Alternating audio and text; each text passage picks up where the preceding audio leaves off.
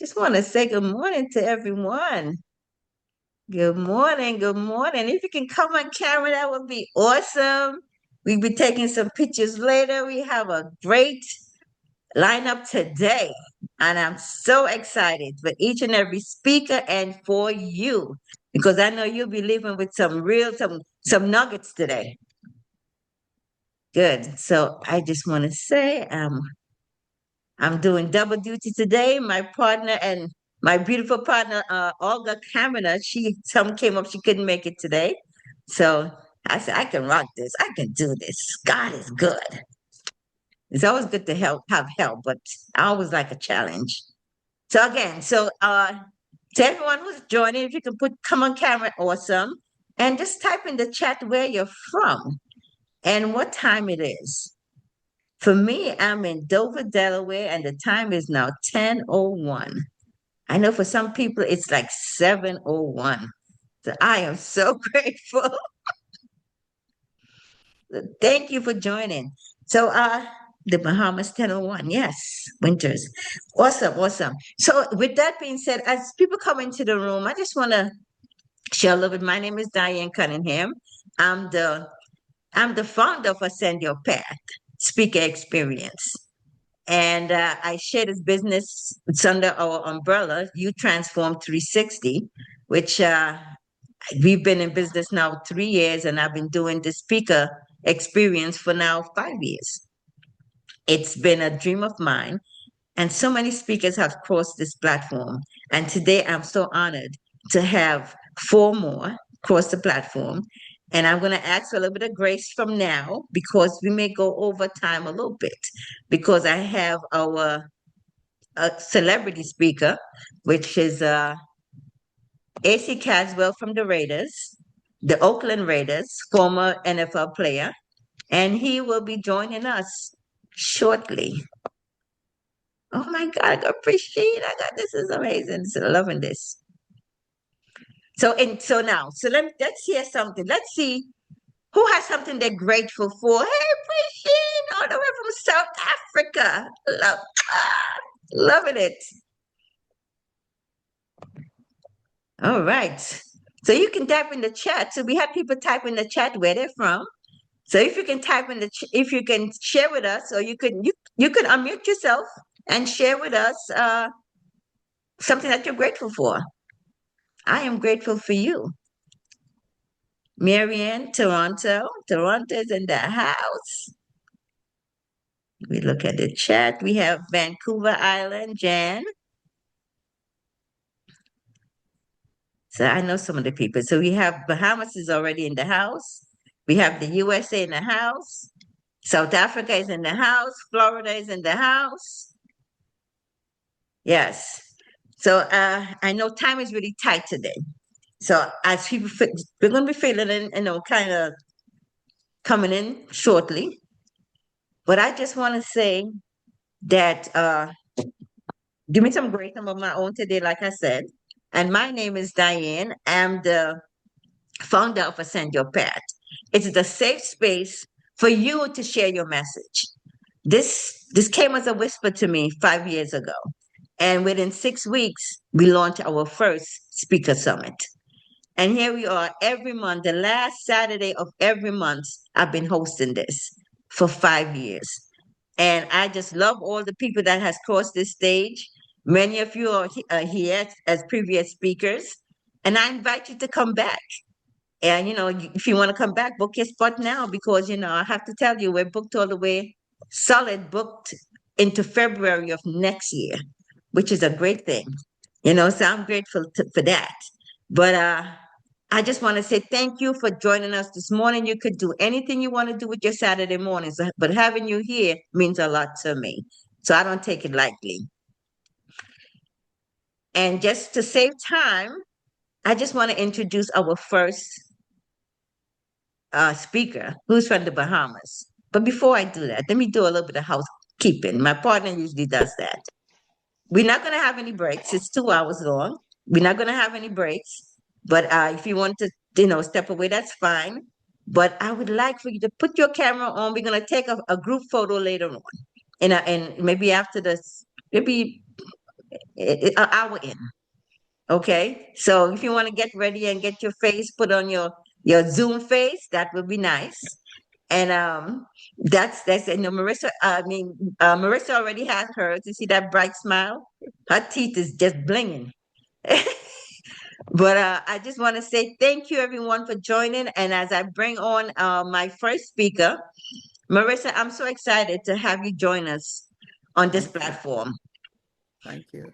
And you've done so much for not just for one for I mean you've done a lot for the Bahamas, but you've also done and doing a lot for women. So just allow me to share a little bit about who Marissa is. Marissa is an HR professional. She's a transformational leader, an Amazon #1 bestseller. She's also a global speaker, and she is dedicated her life to serving God and humanity. She was recently inaugurated as the chairman of the Protection Against Violence Commission of the Bahamas. I mean, huge title. So she's traveling all over the world just representing her country, but not just representing her country. She's representing women, a lot of women and girls. Okay, so let's bring to the floor Marissa Mason Smith. Her topic is I love this topic so much. Trust the process, even when the path seems unclear. So, with that being said, I'll pass the baton to my dear friend and co author, Marissa Mason Smith. Thank you. Thank you so much. And good morning, everyone, wherever you are. I am so excited to have you here this morning. And I want to say how privileged and honored I am to share the stage with such celebrities. And in not just that, but also in sharing a message of empowerment and encouragement to us all. And so my topic is trusting the process. Even when life is unclear, situations are unclear, life is unfair. And I want to first of all say that I am a faith believer. And so much of my presentation will be intertwined, and I make no apologies with the Word of God as my inspiration and encouragement. And so here we go. Have you ever ordered something important from Amazon or anywhere and the tracking was delayed? You panicked. You refreshed. You call customer service. You cannot get through. Then finally it says, it's not lost. We cannot send it out because there is a storm. If we send it out now, it will get ruined. It will arrive in the perfect time. What about when you've made the perfect travel arrangements, arrive at the airport on time to learn that your flight has been delayed and you have been rescheduled or rerouted based on technical difficulties of the aircraft or bad weather? In all of our lives, we would have experienced delays, and some of you today may be feeling that now about specific situation in your lives, be it personal, be it professional. You may be saying, God, where are you? But in many situations, God is protecting you from the conditions right now. So, to you who are in this space, your assignment in life is still alive. I have come to appreciate and understand that our lives flow in seasons. For everything, there is a season. Ecclesiastes 3:1 speaks that. And in the word of God, Philippians 1:6 says, he who has begun a good work will complete it. And so today, as leaders, I want to encourage us that you may have done everything right. You have created the strategy, you've created the plan, you have executed, and watched the door slam. Funding denied, promotion passed over, expansion blocked, policy stalled, or family or child loss or abandonment. the diagnosis or prognosis of a medical condition, the loss of a job through wrongful termination, unfair dismissal, and we can go on and on. The data says you're not alone. A Harvard Business Review study shows that 70% of strategic plan initiatives failed due to timing and not tactics. A reality check. Do you trust the process in the seasons of your life? We know that there are 4 seasons. We prepare for the next. But in life, your seasons can all occur in a day, a week, a month. You can determine and control that. Which season are you in today? Are you in the delayed season? Things are taking too long. Are you in the detoured session? This wasn't part of the plan. Are you in the devastation area? I don't know if I can recover. Or are you in that session right now, season, where the door is opening? Think about it. You're not alone. And if you want to be honest, we all can raise an invisible hand in somewhere along that. I remember and met a young lady recently who applied for 40 jobs. 40 no's she received. That was a delay. Then her mom got sick. That was a detour. Then she almost quit. That was devastation. Today, she's a manager leading a high performance team with great benefits, a great salary. She recovered it all, and the door was open. During this period of your life, you can accept the lies or truth about your seasons. The lies may say, oh, you missed it. But the truth says, I'm under construction, being processed to strengthen my development. I ask you in this room, do you have a self-assessment of your strengths and weaknesses? And where do you struggle the most? Be it emotional, human relations, your time management skills. During this time, you use your time to upskill, reskill, and improve yourself. Second lie, I've been forgotten. The truth is, you're being aligned or realigned to fulfill your purpose and goals in the right time. Another lie, it's too late. But the truth says, perfect timing exists. Everyone around me is succeeding except me. I'm getting old and I soon will be obsolete. Foolish thinking, my friends on this call. Abraham was 75 years when God promised him a son. He was 100 when Isaac came. 25 years wait. If he quitted at 90, we would have lost nations because he trusted the process. Even when the path was not clear, God called him the father of nations, that his name would be great. As I challenge you all today, as we look at the process, Jeremiah says, I know the plans I have towards you. Your purpose is refined by fire and is not canceled by it. The story of Joseph tells us that Joseph dreamt at 17. He was placed in the palace at age 30. What happened? He was put in the pit, he became a slave, and he was in prison. The pit, though, taught Joseph humility. Potiphar's house taught him integrity. The prison taught leadership. When the palace opened, Joseph was ready. Until that time, the word came to pass. The word of the Lord was tested with Joseph. Psalms 105, verse 19. But when we look at the life and lesson of Joseph, Joseph received his MBA in crisis management and leadership while in that prison. So when we call it a setback, purpose says, no, it's a setup. The story of Nelson Mandela, 27 years in prison. The world thought his purpose was over. But though 27 years made him the leader who could unite a nation without revenge, the prison was preparation for the presidency. I've met so many professional colleagues who have applied for business grants, who got rejected. But in the delay, they took bookkeeping and entrepreneurial classes, and 6 months later, they got contracts 10 times bigger than what they had already. The fire refines you. Let's look at Oprah Winfrey, the closed door. She was fired from her first job.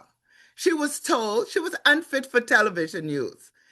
However, she worked in obscurity in Baltimore that no and not yet positioned her to own her own media empire. The delay protected her from a small stage, and the rest is history. So, when we look at rejection, many times it is redirection to one's true lane. We know about low seasons, we know about delays. We know that during this time, you need to renovate, retrain, heal, so that when the doors are open, time is not wasted. The right opportunity at the wrong time is the wrong opportunity. Timing is strategy. God makes everything beautiful in his time. David was anointed king as a teenager. However, he didn't wear the crown until he was 30. Why? Because he was running from Saul in caves, which taught him how to be a king who depends on God and not his own self, not his own ego. And so, the 4 P's in the waiting process while we are unclear is to prepare, position yourself, perform, persevere. Prepare yourself so that when the opportunity comes, you are ready for that opportunity. Don't despise small beginnings. There was an entrepreneur who sold patties from her kitchen for 5 years. Later, she had 3 locations. She was faithful with her $20 seed before she was blessed with $20,000. We must persevere. If you're called to it, you will be equipped for it. So no matter the barriers, no matter the situation, God has perfect timing for you. There are 5 things that kill purpose in the waiting. And these are things that we all experience. Fear over faith, over action, comparing ourselves with others, isolating ourselves, quitting too soon, forgetting the assignment. You must write the vision down and make it plain. Though it may tarry, the appointed time will come. When we look at Moses at the Red Sea, behind him was Egypt. In front of him was the Red Sea. Should he go back? What should he do? But God said, go forward. And in 5 minutes, the water parted. Israel would still be in slavery if he had quitted. So, in spite of the challenges, it is too soon to quit. As we look at trusting in the process when things are unclear, clarify and write your assignment. Commit to improving your skills, your habit, and your growth area. Connect with a mentor. Connect. Write a calendar, prepare a calendar, schedule your time, confirm on daily declarations. Like Habakkuk 2:2 says, we must write it down. It is not a wish. If you do not write it, it is a wish. Remember that we all have a time to improve. Don't quit, because if Abraham had not waited, we would not have had an Isaac. God is faithful, and he is able to keep us from all that we are going through. Remember, your assignment is not canceled when there's a delay. God is calibrating you to greater. Wherever you are today, someone needs what you have to complete the mission, the assignment, your family, or your community. What only you can bring and no one else. For the woman who's waiting, for the man on the detour, for the family in the storm, do not quit, because we know that when we have these challenges, we are so easy to quit when we do not have the right people in our areas. We're trained to have to control our outcomes. But as we lead and as we grow, learning to control yourself when outcomes are out of your control is a gift. I want to refer to Jeff Bezos. He regret minimization of the framework. You cannot control your results, only the decisions you make. He made everything, our God, beautiful for Jeff Bezos in time. You cannot always control circumstances. You can always control your character in the circumstances. And that is a quote by Craig Groeschel. Today isn't about hype, it's about the process that builds you, not just in your personal life, but as leaders who last, whether you call it resilience, whether you call it faith, or just patience. We must know that we are not governed by man's clock. Your timeline is based on pressure. Great outcomes are based on process and not on pressure. 3 reasons we panic in delays, and that is we're comparing ourselves to each other. And in our environment, we always talk about, oh, this one is doing good and better. But Stanford study research shows that social comparison increases anxiety by 40% in high performers. Each one need to assess our own self and determines where is our control. Many times we think that if we hustle more, if we do more, we will get faster or better results. But I can assure you that you cannot microwave your leadership or legacy in fulfilling your purpose. A business case of Starbucks. Howard Schultz was rejected by 242 investors. It took him 3 years to open a first store. Timing was everything. During his waiting period, he built the brand, not just the coffee. Therefore, we understand why we have Starbucks today. Every iconic leader and every one of us, in our own respectful way, have had a wilderness experience. Are you still in that season of bitterness, anger, and hate? Or are you in the process or in that season where you are now reskilling, upskilling, finding a mentor, finding someone who can appreciate you? I have had my own personal experiences of rejection. I've had my own personal experiences of disappointment. But what did I do? I pressed forward. I am using these same skills that I'm sharing today, that I can say, to God be the glory. He has brought me out. And today I give him all glory for where I am today.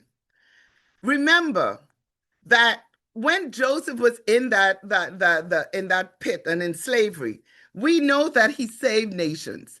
And the lesson is that he got his MBA in crisis management. Jack Ma Alibaba, he had many closed doors. He was rejected from 30 jobs, including Kentucky Fried Chicken. He was rejected by Harvard 10 times. However, he took the time and lowly he took an English job teaching English at $12 a month. During this time, Alibaba learned resilience. He strengthened his communication skills, and today he has built one of the world's largest e-commerce platforms. Today may seem hard, tomorrow may be birth, but the day after tomorrow, there will be sunshine. Your delay does not disqualify you. It develops you for the weight of the door you asked for. Why doors may close, you would say, but sometimes we open the wrong door because we're anxious. We get pressured, and then it's the wrong time. Stanford University says When leaders are promoted too fast, they fail 60% more often. The opportunity would crush you without capacity.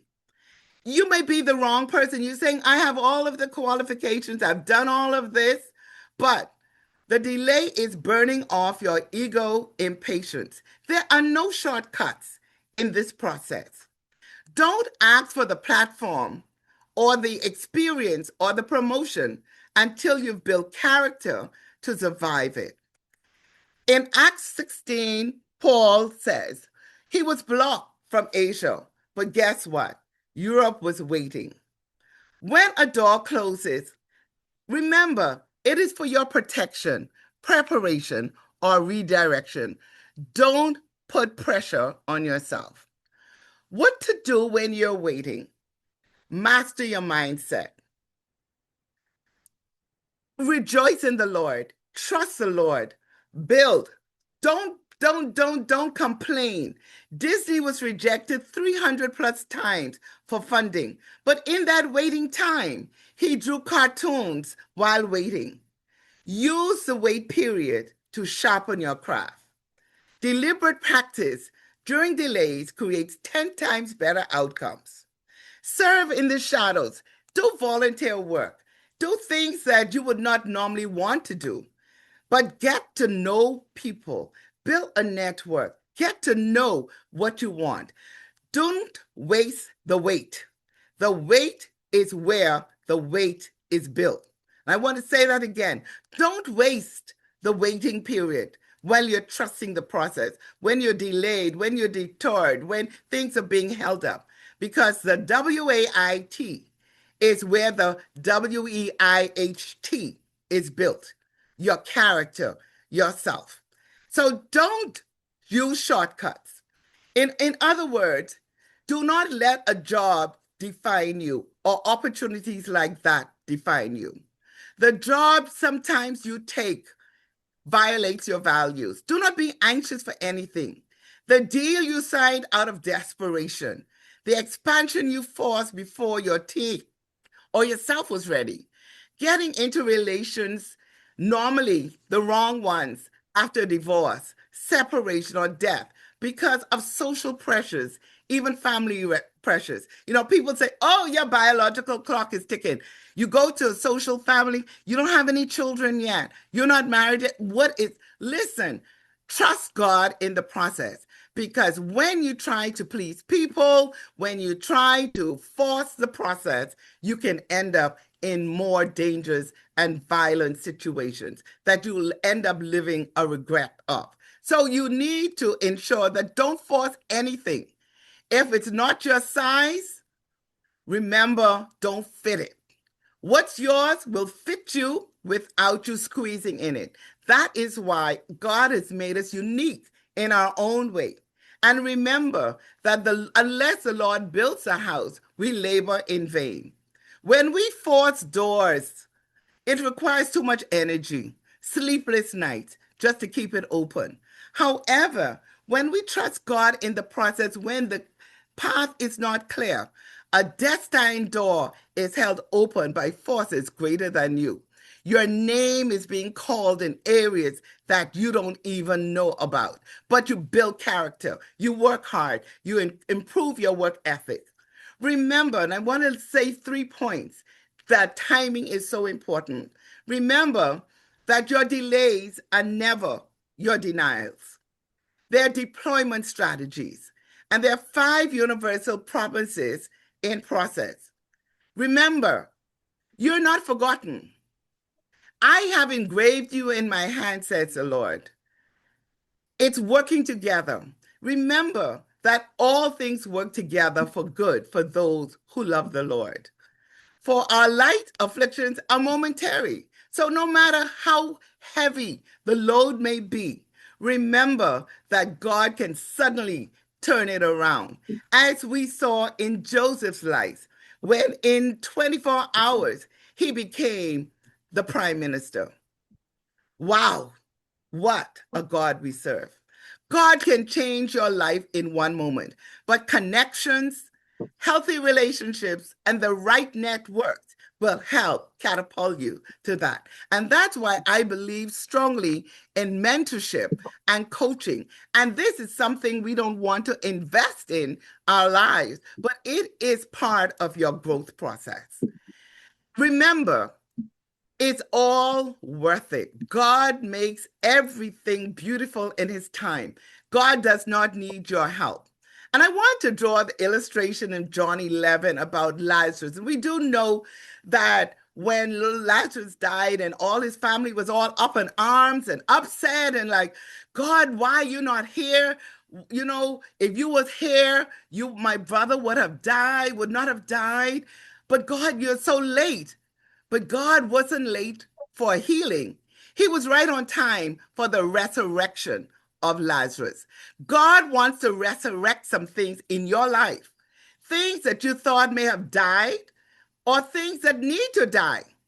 Pride, unforgiveness, timelines, plan B. So something greater can live. Your timing is not God's timing in the process. Where are you trusting in the process? And so, as I close today, my charge to you today is we must trust the process. Watch the handles of the doors that you are opening. Do not be revengeful when you're going through. Do not stay bitter, blaming everyone. Your mother, your father, they done dead long time. People gone long time. You're holding people in, and they don't even know that you're holding them in. What is your responsibility for you to do in your current position? And that is why trusting the process and the nuggets being shared with you today will help us to catapult and be empowered to succeed. Are you walking in unforgiveness? Or are you taking the time to build your character, improve your skills, build healthy relations, strengthen your faith, and decide to choose? Remember, God promised Abraham a son. He came to pass. If that did not come in the fullness of time, and even when we look at the story of Ishmael, God promised him a son, but his wife panicked and forced a solution through Hagar. The result was 13 years of divine silence plus generational conflict. Let us not become weary in well-doing for each other and in looking at our own selves. For at the proper time, we will reap a harvest if we do not give up. In the words of Angela Duckworth, grit is passion, plus perseverance helps us to achieve goals. Talent doesn't beat timing, tenacity does. Those who hope in the Lord will renew their strength. Isaiah 40:31. And so, as I close, I ask you, have you done an audit of yourself?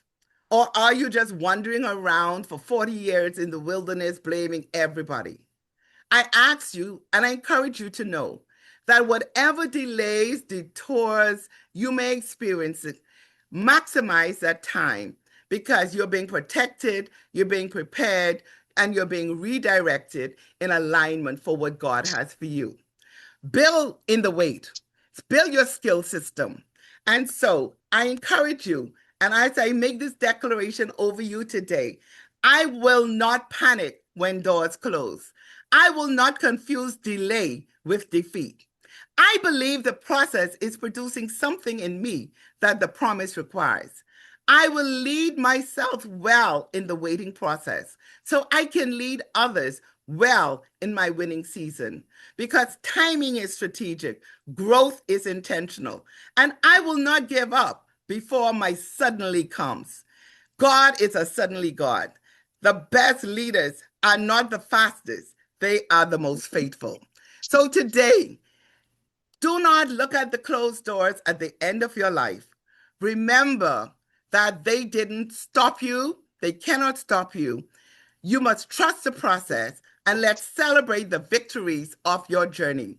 Thank you, and may God bless you and encourage you, even when the path is unclear, because God has a plan for your life and greatness is in each of you. Have a great day.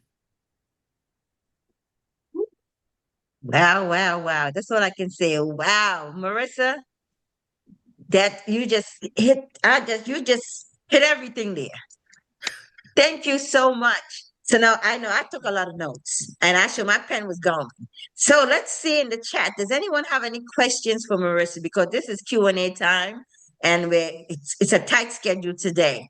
So if you have any questions, you can raise your reactive hand in the chat. Raise your physical hand or raise your reactive hand that's at the bottom of your screen. Does anyone have any questions? I know something's jumped out at me, the Marissa, that you said that was really powerful. Don't waste the wait. I really love that a lot. That really hit home for me. And that just you just mentioned recently, grit is passion. We just have to tough it out to go for it. And to hear the no's, our delays is not denials. It's So I just want to say thank you. So we have here Mother Miranda. She got her hand up. Hello, Mother Miranda. Hello, Dr. Diane, speaking it into being.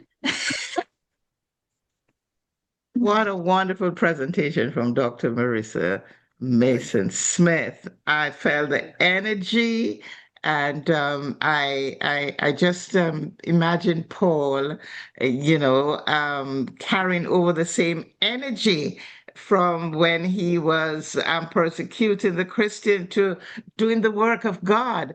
And in my mind, I said, I wonder who she was before now, But whatever energy that you have carried, it came through for me. And don't waste the wait. I remembered last year I was for a period out of a job. And I said, don't waste the time, Miranda, waiting for the next assignment. And I wrote a book. So I fill the time with something valuable. So that's a very, very important statement that you make. And I'm encouraged because I know what it is to use the wait in a productive way. Thank you so much for your presentation. I love those glasses. They're popping.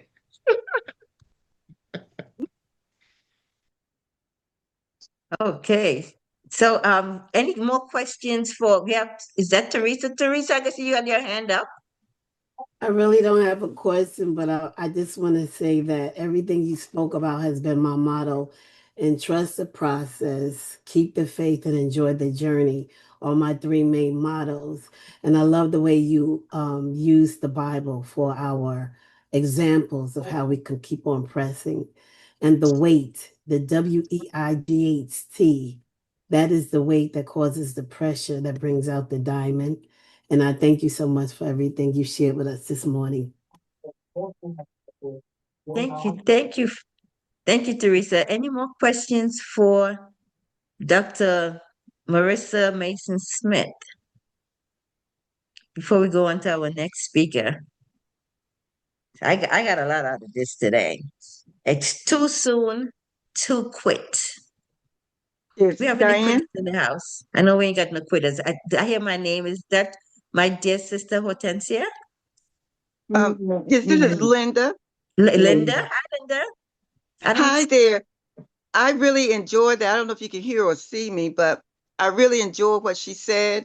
And she said the five things that kill prayers, fear over faith, isolating, quitting, and forgetting the assignment. And she also said the delay is not denial. She just said Yes. so much, and it was just so encouraging, and I enjoyed it.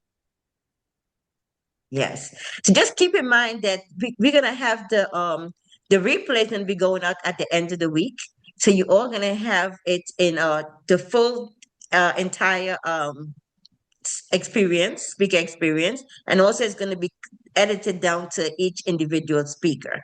So you could move around this, so make it quite easy for you. So by Friday you should have it in your inbox. So check that out. Marissa, any final words for us as we move on to our next guest speaker, Jan Jansen? I just want to say, I believe that greatness is on this stage and in this room today. And I just want to encourage you that no matter what cross you may be bearing, what struggles you may be experiencing, that you are an overcomer and that you need to align yourself with the right people. Connect yourself with the right people, not the same people who are complaining and the same people who are going to they're broke and you broke. How can you help me? That may be temporary. I'm divorced and I'm hurt and I'm talking to other divorced people. I need to talk to people how they overcame and enjoying a second marriage or how they've learned to forgive and move on. You may be dealing with situations that may be terminal, financial, emotional, whatever, abusive, whatever it is. I said this is the right platform to connect. And I do want to thank you, Lady Diane, and the team for the opportunity to reach this wide community. We are better together. And I do believe that no one needs to suffer in silence. No one. And all of us have a testimony.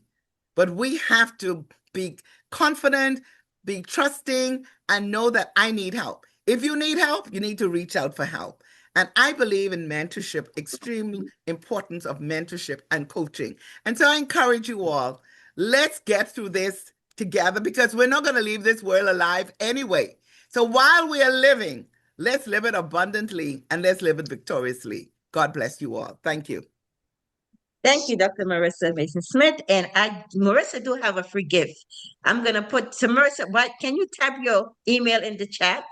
So Marissa's free gift. The first 3 people who emails her will get 30 minutes of coaching. Now you can see that's a powerhouse right there. So that's 30 minutes. That's so well worth it.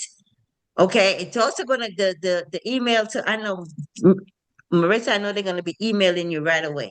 So I know I had it. Did you put your email in the chat? Okay, yes. Good. Perfect. So yes. So the first 3 people to email Marissa right now, you're getting 30 minutes of coaching. If she reach out to you and let you know how she's gonna arrange that. But I thank you so much and blessings to you. So as we move on to our next speaker, Jan Jansen. Jan is I met Jan about it's a little over a year ago, and I met her last year in Arizona at a networking event in person. She is such a heart-centered person. She's so quiet. She just comes with this peace, and as you can see her on the screen, she just has this peaceful persona. But man, is she powerful. And so just to tell you a little bit, like I said, I'm doing double duty here, so I'm admitting while I'm talking. So just to tell you a little bit about Jan Jansen. Jan is an author. She's a speaker, and she's also. So let me do a little bit more. I'm so sorry. I meant to change this. Let me remove this. I still have a remove spotlight. Perfect. Thank you. So let me bring on. Where did I go with Jan? Okay, I gotta find Jan. Bear with me. Bear with me, please. Chat. Let me see participants. Okay, so I'll put like Jan in a second, but let me tell you a little bit. So Jan is an author. She's a speaker, and she's an expert in decision making. She has spent 45 years in business. She owned her first business at the age of 19. Jan has built successful businesses, traveled extensively, and spent decades studying what separates people who move forward from those who remain stuck. Her work creates a simple belief. Indecision is one of the most expensive problems people face, personally, professionally, and financially. I mean, that's a powerful statement right there. Indecision is one of the most expensive problems people face today, personally, professionally, and financially. So let me welcome to our platform Jan Jansen. Hello. Awesome to be here. Can you possibly give me the permission to share my slides? Absolutely. Just request and I'll get you in. Okay, share, send request. Uh-huh. Done. Okay, there we go.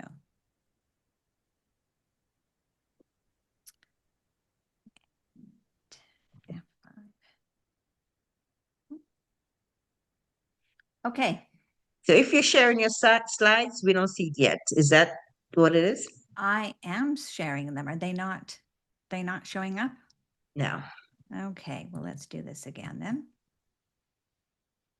I took all the notes as to what I was supposed to do, and I thought I had this right, but let's just see from the beginning. Okay, there we go. Do you now see the slide?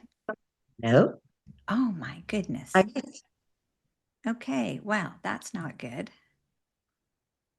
No, okay, well, let's get out of here and we'll do it without the slides.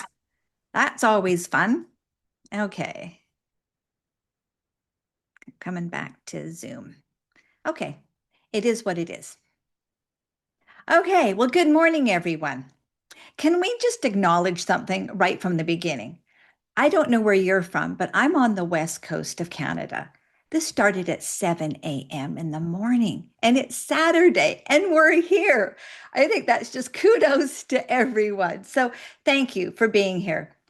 I also want you to give yourself credit because a lot of us are doing something a whole lot bigger than just getting out of bed on a Saturday morning. We have made a decision that most people never make. We decided to become entrepreneurs. Nobody gave us a business. No one promoted us into entrepreneurship. We made a decision. We decided to take an idea, a skill, a passion, a dream, and build something from it. We decided we wanted the freedom to choose what we do with our days instead of having someone else decide for us. Now, I'm not saying entrepreneurship is better than having a job. It's not, it's just different.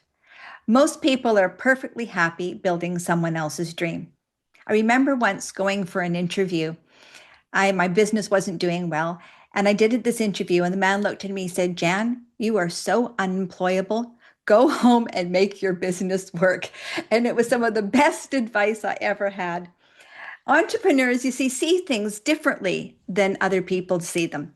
We have an idea, and somewhere in the back of our head, we think, I could build a business out of this. And then we do, or at least we try. Here's the interesting part. The freedom we wanted came with a price. We became the person responsible for all of our decisions every single day. The big decisions, the little decisions. Now, some we make in minutes, and many we avoid for months, which brings me to the title of this talk. Which brings me to the title of this talk. You don't have a business problem, you have a decision problem. Now, some of you may be thinking, no, Jan, you don't get it. I have a marketing problem, or I have a sales problem, or I have a cash flow problem. Maybe. Over the next 30 minutes, I'm going to challenge that idea because underneath almost every business problem is a decision you've been postponing. Most people think they have a business problem. I need more clients. I need more time. I need more money. My marketing isn't working. Now, those all sound like business problems. And I'll admit, sometimes they are. However, over the years, I've discovered that many of them have something else underneath them that's missing, a decision. So what I want you to do right now is think about a challenge that you're facing, the one that's been hanging around, the one that you think about more often than you probably would like to admit. And then ask yourself, not how do I fix it, not who can help me, not what's the next strategy. Instead, I want you to ask yourself the question, what's the decision I've been avoiding?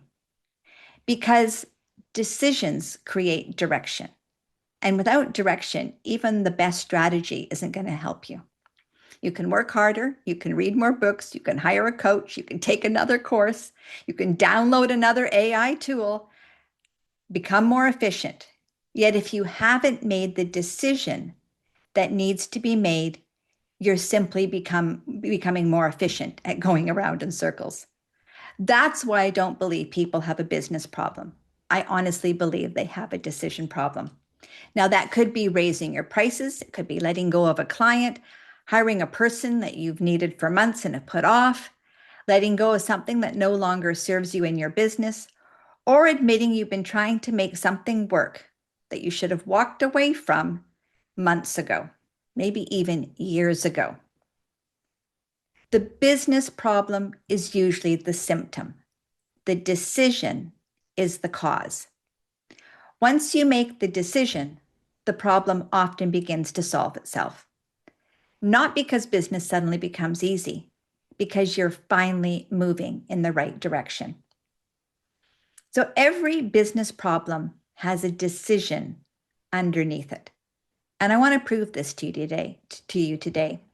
Think about now this biggest frustration in your business right now. Don't put it in the chat. Just think about it. And then ask yourself, what decision is underneath that problem? Whether it's a marketing problem, what decision haven't you made? If it's a sales problem, what decision are you avoiding? Cash flow problem, what decision are you neglecting? You see, businesses don't make decisions. People do. And businesses don't procrastinate. People do. Businesses don't avoid difficult conversations. People do. Sometimes one decision changes everything. So let me give you an example. When I was 19, my parents and I bought one of the first Molly-Maid cleaning franchises on the west coast of Canada. And at the time, it sounded like a fabulous opportunity. More women were entering the workforce, professional house cleaning was taking off, and I thought we had got in at exactly the right time. I invested my inheritance from my grandmother as my 50% share, and we launched the business. Thought it was a great decision. However, it didn't take me long to discover something important. The problem wasn't the business. The problem was that I hated managing employees. Every week, it was like someone had a reason they couldn't come to work. A sick child, a family emergency, life happened. And every time someone didn't show up, either my mother or I had to step in to do the work. So the plans for the day went out the window and everything changed. And there was nothing we could do about it except show up and go clean the house. Now, ironically, I don't mind cleaning houses. At some point in time, I had a really successful house cleaning business. But at one point, I said to my parents, I want out. I didn't like it. Their response, we're not buying you out, Jan. I'd made the commitment. If I wanted to leave, I had to walk away. And I did. I walked away from the investment. I was 20 years old. And looking back, I have to say it was one of the best business decisions I've ever made. Not because I left Molly-Maid, because I learned something that has guided my business and every business decision ever since. I have never had employees, ever. That one decision gave me incredible clarity. I've always hired people who were entrepreneurs. I've hired subcontractors, and it has worked out brilliantly. So sometimes the most valuable business decision isn't discovering what you want. It's discovering what you don't want. Because every decision teaches you something. The question isn't whether it worked out exactly as you hoped. The question is, what did it teach you that will help you make the next decision? Because once you know that, you stop building someone else's version of success and start building your own. One of the biggest myths, I think, in entrepreneurship is that successful entrepreneurs have everything figured out before they begin. Let me tell you, they don't. Most of us start long before we feel ready. We make a decision, and then we learn. When I was fresh out of high school, I worked in as a temporary, the Kelly girl and office overload. Well, I was one of them. That meant walking into offices where I didn't know anybody. I didn't know the people. I didn't know the business. I didn't know their system. And within minutes, I was answering their phones, greeting clients, typing letters, and doing whatever needed to be done. That's a tough training ground, let me tell you. But I learned to adapt. And the more you learn to adapt, the more confident you become. Because every challenge that you overcome becomes evidence that you can handle the next one. Every challenge you overcome becomes evidence that you can handle the next one. That's how confidence is built. Not by waiting or watching everyone else, by doing. And when you trust yourself, making decisions becomes a whole lot easier. At 17, I moved myself to Montreal on a bus, and I worked in bilingual offices speaking French fluently. I rented this really awful little suite in a house with crooked floors and an old bed, and I made friends, found work, and supported myself with no help from my parents. Later, I also learned Spanish, and I lived and traveled through Central America. I lived in 5 cities in Mexico.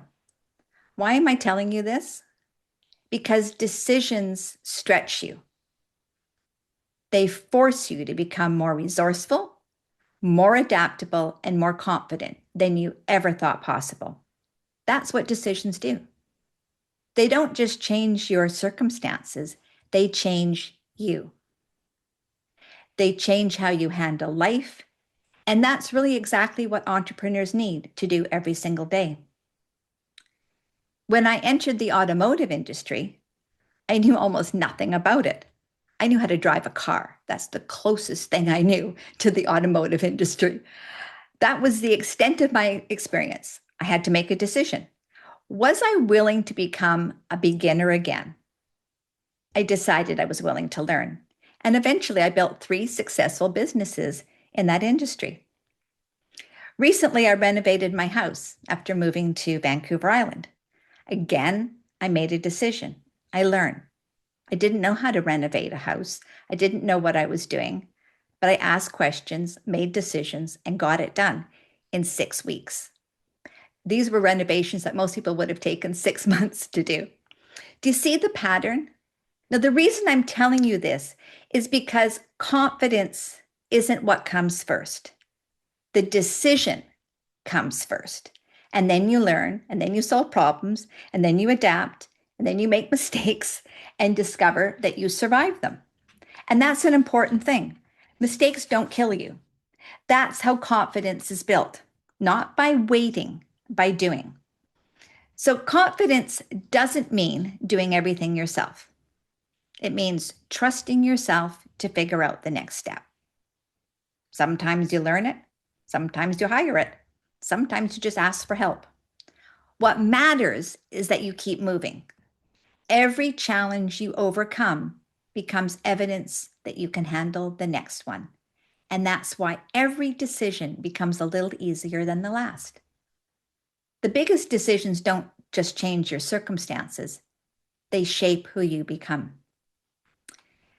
It took me almost 65 years to realize something about decision making. I thought everyone made decisions the way I did. I make decisions super fast. I don't hesitate. I make big decisions fast. So I thought that was normal. So this year I'm working with my coach, and some of you will know her, Forbes Riley. And during one of our interviews, she looked at me and she said, "You're really good at making decisions." And without thinking or blinking an eye, I said, "No, I'm brilliant at making decisions."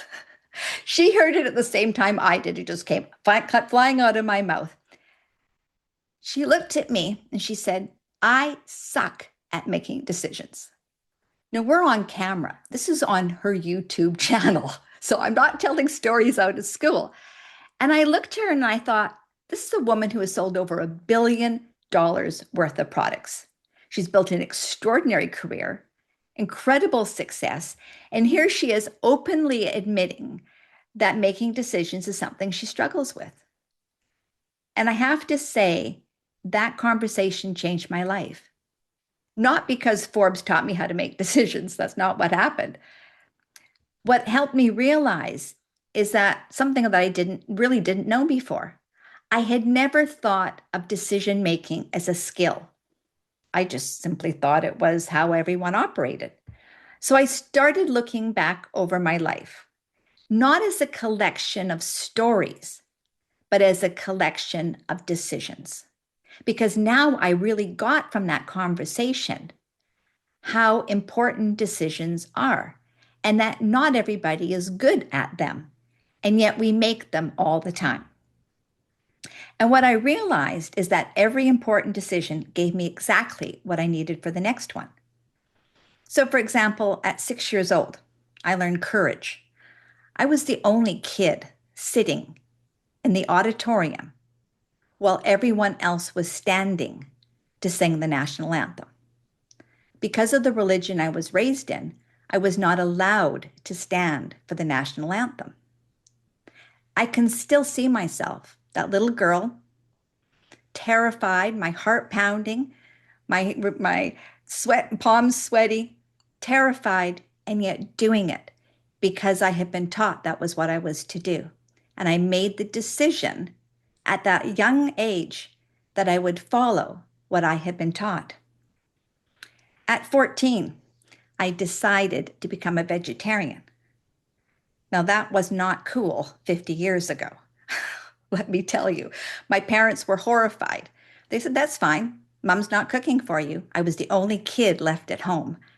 "And you will be in the kitchen every day, and you will make your own dinner, and Mom is not helping you, and you have 30 days.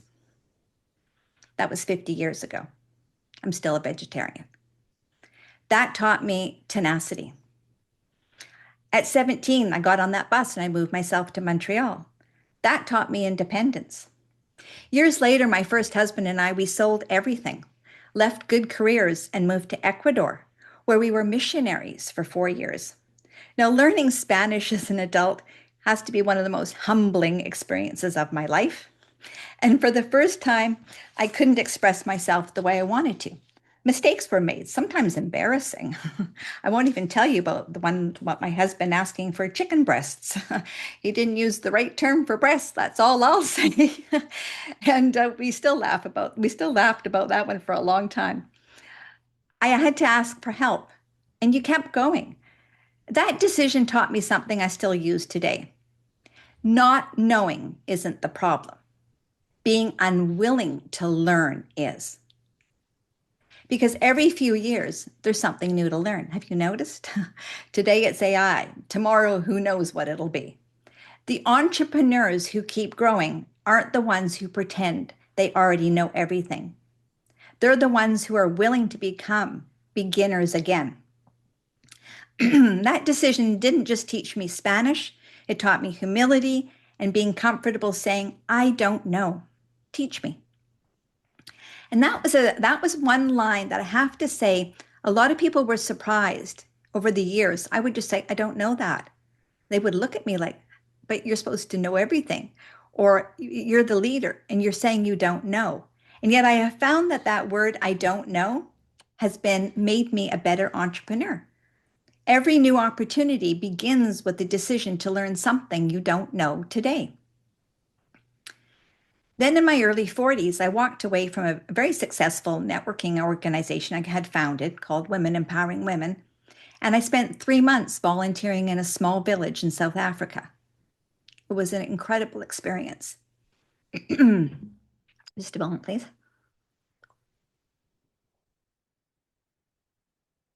I can still see the little girls and little boys, just adorable. Their faces painted and their decoration and how vibrant they were and how much they wanted to be loved. I have pictures of the children gathered around me, just wanting to be hugged and touched and paid attention to because Mom was busy. She maybe had 6, 7 kids. She was running a household. She had pigs, she had chickens, she had all kinds of things to do. And she didn't have vacuum cleaners. She didn't have Molly maid. Let's put it that way. She was doing it all herself. And it was tough. So those kids didn't get a tremendous amount of attention. And they just loved being loved by me. And I loved loving them because I don't have any children. So that was an incredible experience. What it also did is it opened my eyes to a very different reality. Years later, when I learned about Girls Matter and the opportunity to help educate girls in Africa, I didn't hesitate. I've served on the board now for years, and today my books also support that work. So why am I telling you this? Because every decision leaves something behind. Some change your business, some change your priorities, some change the legacy that you want to leave. That decision didn't just change one trip, it changed me. When I returned to Canada, I was sleeping on the floor in a friend's basement. I had another decision to make. I could build the business everyone expected me to build, or I could build the one I believed in. I chose the second. I started a pole dancing business. Now, before anybody jumps to conclusions, I'm also an ordained minister, okay? And those two things I know don't usually appear in the same sentence, needless to say. My business coach fired me. Some people thought I had completely lost my mind. However, the business became a huge success. And really, for me, it was all about empowering women, seeing women play and swing around this pole and have the confidence to do it and to feel their femininity. It was one of the most amazing experiences of my life. The media loved it. I was dubbed the pole dancing minister. However, what I loved the most was the impact it had on the women. I still can see a woman that they got out of a wheelchair and brought her to the pole so she could just sway to the music and just feel her body. It was one of the most beautiful things I've ever seen. Why am I telling you this? Because every entrepreneur will receive advice, and some of it will be excellent, and some of it won't. The real question isn't whether people approve of your decisions. The question is whether you've made the right decision for you. Because if you build your business around other people's approval, you'll spend your life asking for permission instead of making decisions. One of the most valuable decision filters I've ever used in business has saved me a tremendous amount of time, money, and frustration. It's the difference between being efficient and being effective. So efficiency is doing things right.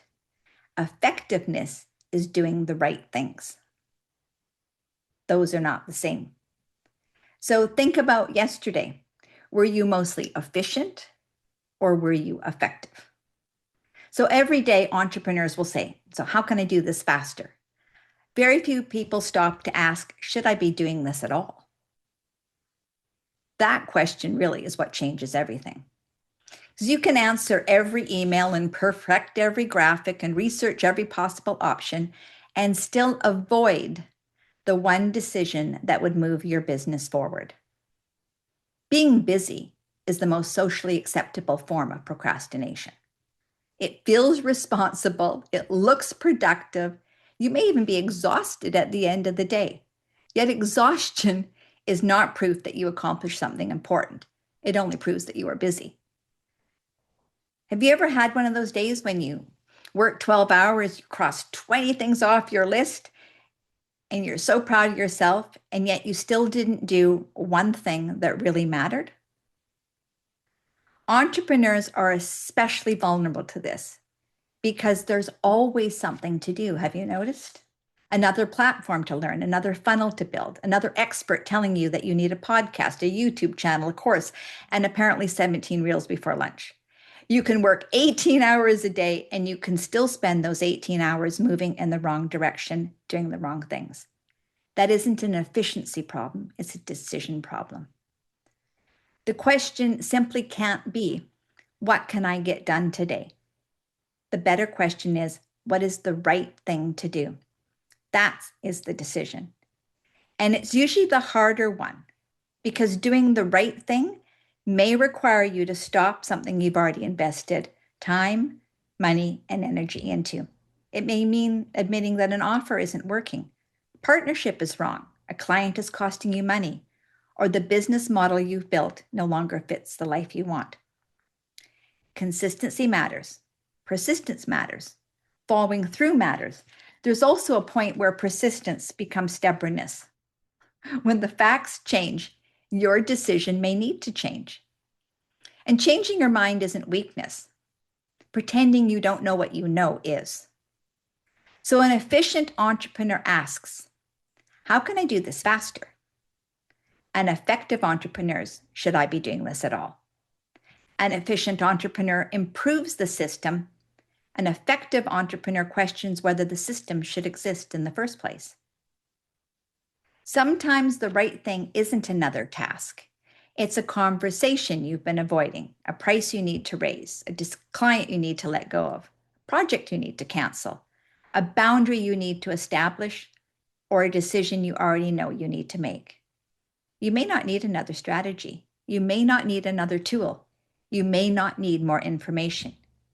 You may simply need to stop hiding inside efficiency and decide what would be most effective. Walking away from my investment in Molly Maid was not efficient.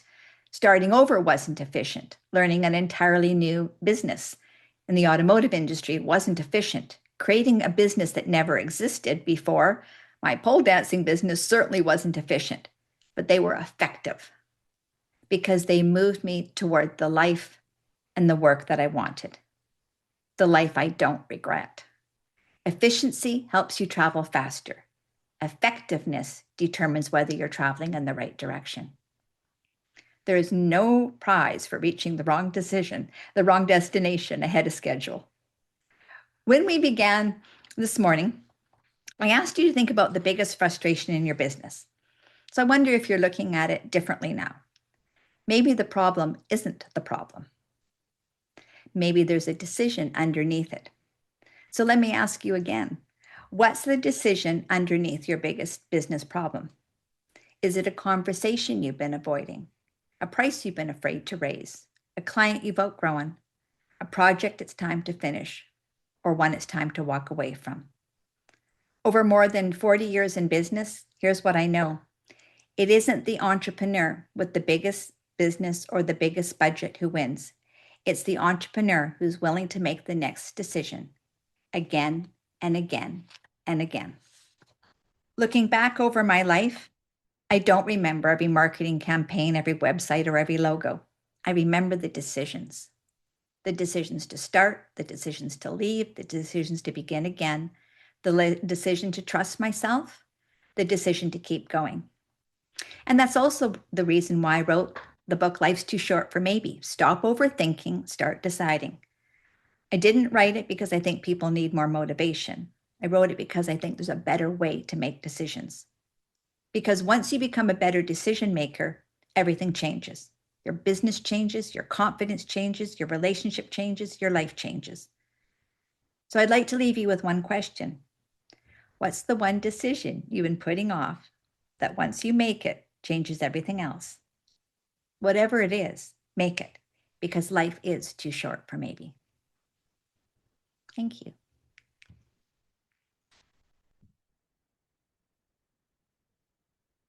I have to unmute myself. Jan, what a presentation. And it's all about making decisions. It's and it's something that I'm with you. I'm like with myself. Sometimes I delay in making decisions. And it can be costly. It can be costly. So and some my notes, my pen is going, and you said so much here. And for everyone who's listening, if you have a question, please, I see a hand already up. Dr. Shira, gonna come to you next. If you have any questions, put your hand up, or you could just unmute yourself.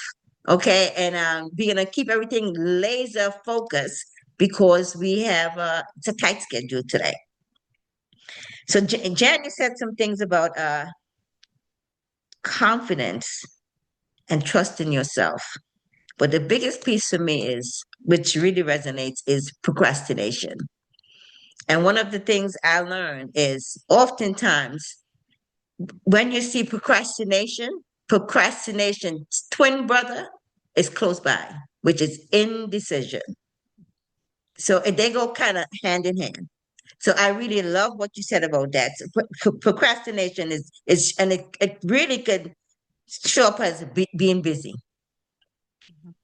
So I really like that. So Dr. Shira, Sure. Thank you, Shira. Diane. I don't have a question.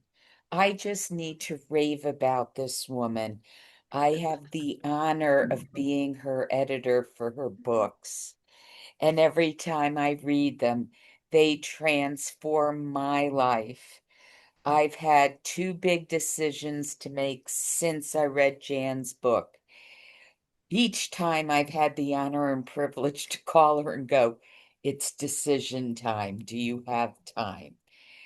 And I must tell you, that book has changed my life about how I think about my business, my life, and everything that's going on within it, because I've truly learned how to make a decision. And the funny part was when I called her this week and said, "Big decision," she laughed and I said, "Here's the deal. I already made it. I just want to verify that I did it right and move forward." And she laughed, gave me a couple of points to think about, and off I went. So if you really, really want to learn how to make a decision way different than you ever have, you need to get her book. It'll be up on Amazon shortly. That's my plug. I love you, Jan. Thank you. And I even picked up more during your talk now because I'm now feeling more seasoned, more confident. So, congratulations. Thank you for that, Dr. Shira. And when you said that, Jan has a free gift she's offering, not just a free gift. She's offering three people. Is it three people, Jan, or did I expand? I think it's three people, 30 minutes. Three people. Three people, 30 minutes of coaching. Now imagine getting coaching from Jan, especially business owners, or even anyone that's looking for a job, have a Do job looking not for, hesitate. Take yes, it. do not. So Jan, Fight can you for it. type your can you put your email in the chat? Absolutely. Okay, so you all don't want to miss this. And also, Jan's book is going to be out next week, Mhm. and we're gonna put it out. It's going to be on Amazon. And Jan, can you repeat the name of the book again? Life's too short for maybe. Stop overthinking. Start deciding. Yeah, who wants to own that book? I know I do. Right? So worth it. Okay, so now we have Wendy. Wendy, you have your hand up. Unmute yourself. Thank you so much. And I also do not have a question, but just some thoughts. Janet, it's amazing how steadfast, that's the word that comes to me, that you've been in who you are throughout your life. And you are somebody that is willing to ask the questions that get to the gut of a situation. Perhaps it's because I really believe in what you're saying about the power of decisions, and where I have not gone as far as I could, it's because I was afraid to make a decision or it was delayed. So I just want to thank you for being who you are and the message that you're giving, because to me, as we open more to making the decisions in our life really will move forward. And I know that's important to you and it's important to us. So thank you so very much. What? Yes. Great. Thank you, Wendy. Thank you so much. Any reactions to that, Jan, before we go to Colette? Wendy and I were minister partners many decades ago, and so it's amazing to have Wendy back in my life recently. And I agree. It changes your life, and I can't even begin to tell you. The better you become at decision making, the easier and better your life is on just every level. Decision making is the foundation of our lives, and no one teaches it. No one gives you a lesson on it. There's very few books on it. It's crazy. And yet we cannot open our eyes without making a decision, Diane. We can't close our eyes without making a decision. We make 1,000 decisions a day and we have no resources on how to make them. I think that's just mind-boggling, quite honestly. Yeah. And you know what, you said something there, and I have to correct myself. Um, for me, I'm not really slow on decision making. I'm pretty quick with decision making because I always go back to the paralysis of analysis. So I'm really kind of quick with decision making. And sometimes I'm wrong and sometimes I'm right. But what you said is correct. I made a decision, whether it's right or wrong, but don't get stuck. So I really love it. So we have Colette, question or comment. I have a question. I enjoyed your presentation, Jan, and yeah, it definitely resonated with me.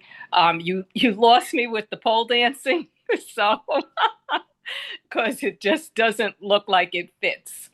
But my question is, and I know you're going to say the tendency is to say I have no regrets, but I just, on a personal note, I'm just curious because you're such an interesting person and your life is so, you've had so many varied experiences.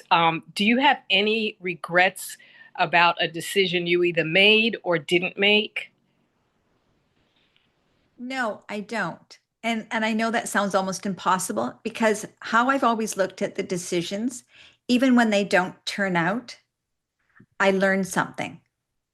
And so I don't regret it because if I've learned something, then that changes future decisions and changes my life forever.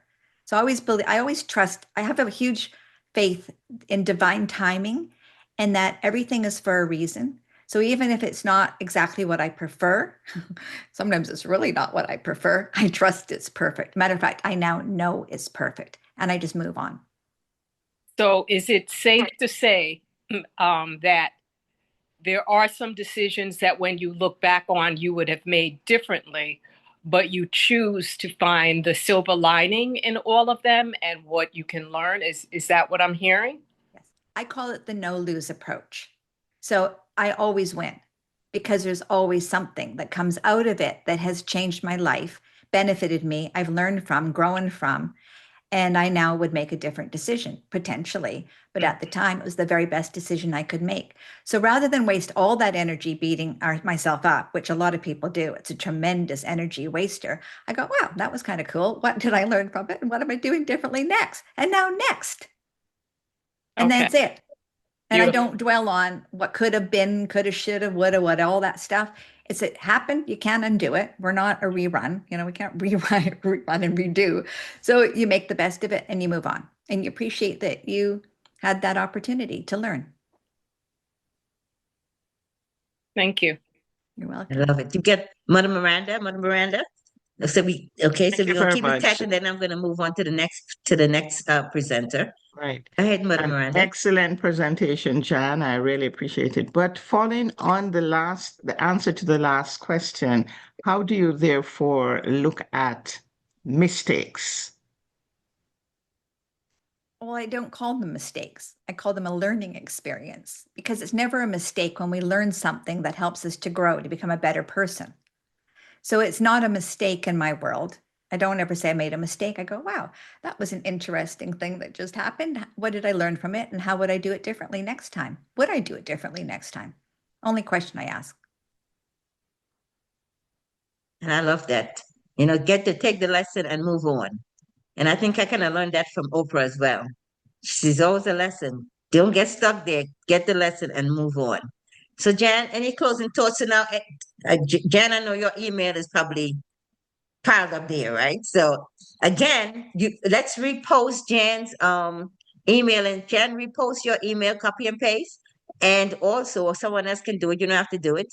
And I just want to say thank you so much for such a great presentation. And I look forward to seeing, what's the name of the book again?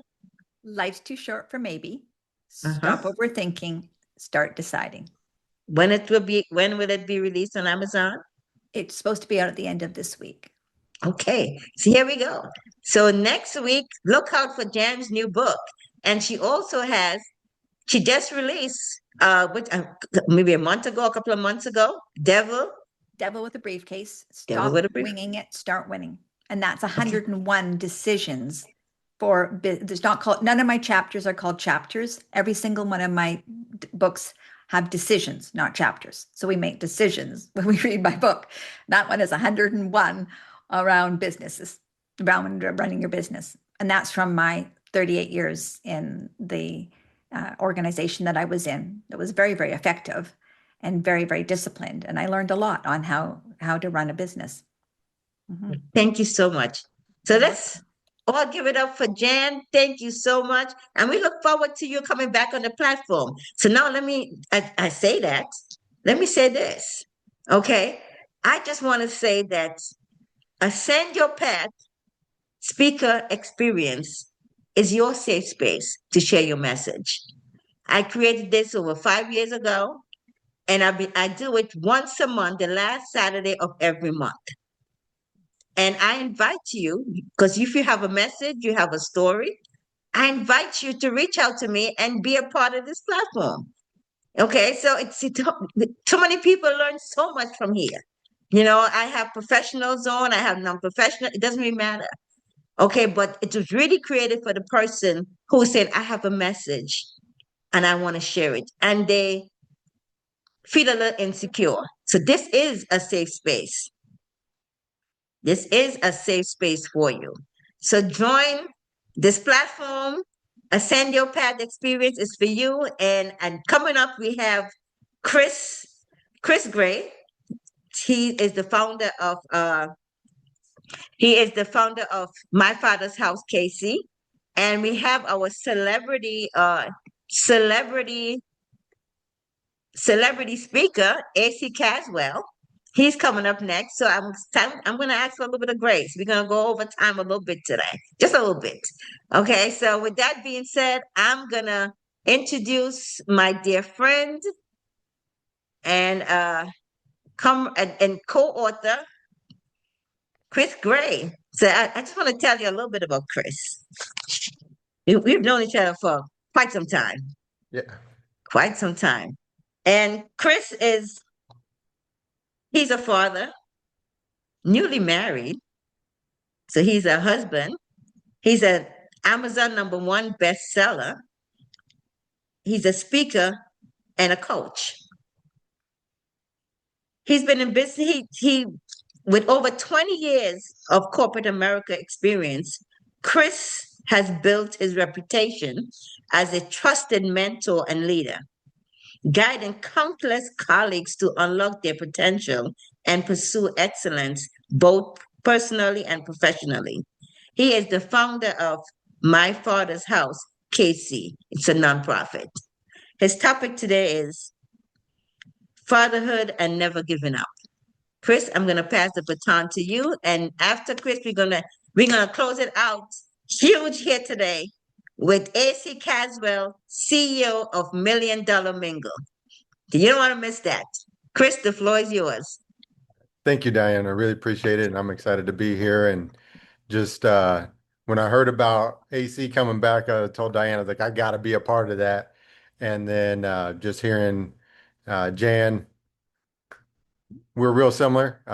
You spoke to me, got on a little bit. I had a little bit of scheduling conflict, so I apologize to Dr. Marissa. I've heard you speak before. I know that was powerful as well, but I did not get to hear you today. I'll be definitely going back and listening to the replay on this one because I know that you delivered some golden nuggets as well. And it's one that I'm just blessed and thankful to have this opportunity just to represent my father's house, KC, and really represent both my earthly father and my heavenly father, because this is the calling I have for my father's house, KC, was it was a divine vision given to me and a divine assignment given to me by God. And I take passion in that and I take it to heart and I try to do my best to fulfill what he has called me to do. And every time Diane's like, what's your topic going to be? I was like, Diane, you know, my topic's going to be fatherhood, but what is it different every time? I can't talk about the same thing. So this time is never give up. And why is that message so important? There's so many things, there's so many pressures on men today, being perfect and being a provider and being this and that. And how do you handle all that? And what do you do about it? But there's a mental illness going on right now, and it's a spike. And just want to make sure that men have a safe space. And when I was given the vision from my father's house, KC, and our mission is to empower fathers to break through any barriers to be a part of their kids' life and be the leader that God called them to be. And one of those barriers are if they are not with the mother of their child, that even if they have court order visitation, they may not meet the criteria to have their child. So they will have to then either get supervised visitation, in which they have to pay for someone to do it, or they get a family member. But if you get the court order visitation, all that is basically they put the father and the kids in a room with an observer and they just look at them, but they can't help them interact. It's not a really good place to build bonds or even make memories, especially being reintroduced into that. And so with that, I have a story about a father that was in that predicament, and you'll hear about him. I won't say any names, but throughout the story, because he inspired me as I inspired him, and it shows how helping someone can also help you in the same process. And he was paying $360 a week to see his daughter because he had 6 hours. So he had to choose between seeing his daughter and having a place to stay, which is a horrible decision to have to make. But he said, Chris, if I have to choose between seeing my daughter and having a place to stay, I'm going to choose to see my daughter. And at the time, still in my ramp up phase of my nonprofit, I couldn't really do what I wanted to do, but I helped him as much as I could at the time. And I've always had opportunities I would reach out to him that I came across. And so that's where I learned that, it's not just about providing a place to stay for their kids and be there, but it's also about healing. And so when my father's house came to me, one, it was for me, my father's house, because of my faith, just like Jan, I'm very strong in my faith, and also a newly licensed minister as of November of last year. And when I was given it, my father's house, KC, was for me, my father's house is the church, but it's the people, not the building. And so that was one. And then the second was my father's house for the kids. They get excited saying, oh, I'm going to my father's house. And it builds that community and that bond. And then third was my parents actually own the house that I am renovating. And I asked them, would they be open to letting me raise the money and then pay them later? And they were 100%. So they were my first supporters. And so third is my father's house is literally my father's house because it's part of his legacy as well and what he's instilled in us on being a father. And along with him and my mother, they showed us how to parent really well. I've been blessed to be in a family that's really close knit. And one of the first things when people ask me when they hear about my mission, they're like, "Oh, well, was your dad in your life?" It's like my dad was in my life, and he was awesome. I've followed his footsteps as a minister, and he set the stage for what it means to be a man. And he was both vulnerable and present, and not the stereotypical father, but he was a present father and an engaged father, which you don't see very often anymore. But him and my mom worked really well to give us a strong foundation, not just in parenting, but especially in our faith. And that's where we started. So right now, there's so many things going against fathers, and it's kind of discouraging. And with those discouragements, sometimes you just want to give up. And I'm on online platforms and groups where there's one in particular, at least one, if not every other week, there's one person just says, I'm just ready to give up. And when he's ready to give up, that means he's ready to die. And it doesn't matter what time it is. It's encouraging to see multiple men jump in and say, you know what? Don't give up. You can get through this. This is temporary. And that's one of the things that we forget is that a lot of the things we're going through is just temporary. But sometimes we want to walk with the pain instead of turning and face it or run away from it. It's just going to keep chasing us. And I heard a analogy a long time ago that was called be the buffalo. And I never understood what that meant until I learned that when a snowstorm comes for a buffalo, they turn into the storm and they walk into it because it lessens the effect and the impact on them. But if you try to walk with the storm, especially for buffalo in the snowstorm, they just stay in it and they can perish because they're not facing it. They're just trying to run away from it. But sometimes you can't run away. Sometimes you just got to turn and face things.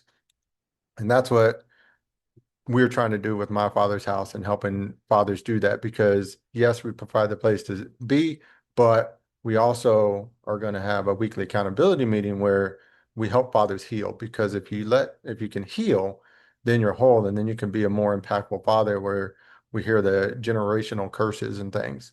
And for me, it's important for me having my father in my life, and I see my dad was and my mom were both, we had all had somebody that was one of our family. We could call it the unofficial foster home, because they showed that it's not just about being a part of your kid's life. If you see someone in need, then you step in and help out. And you're a father to those that don't have a father. And that impact can be huge. If you look at statistics, and one of the things I do in my day job is that I look at problems and I do process improvement, but I got to find the root cause of issues instead of trying to find and solve for symptoms. I solve for the root cause.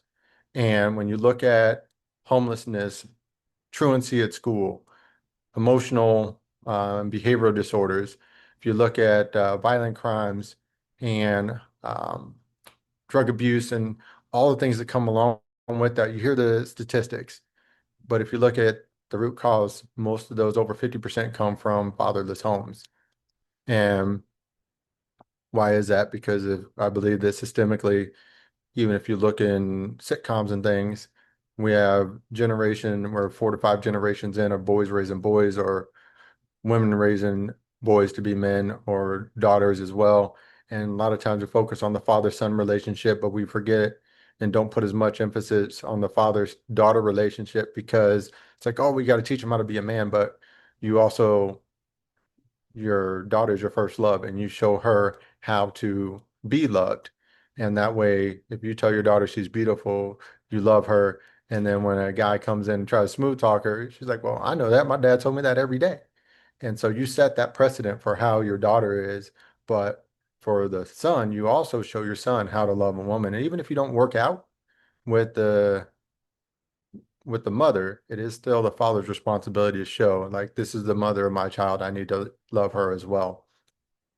So that's why the father's presence matter. And if you look at social systems, there's not a lot of support for fathers. It's a lot of things for mothers. When it comes to fathers, it's like, hey, go fend for yourself. And we can, but we can't pull ourselves from our bootstraps by ourselves all the time. And so there's times where we need help. And that's where I come from.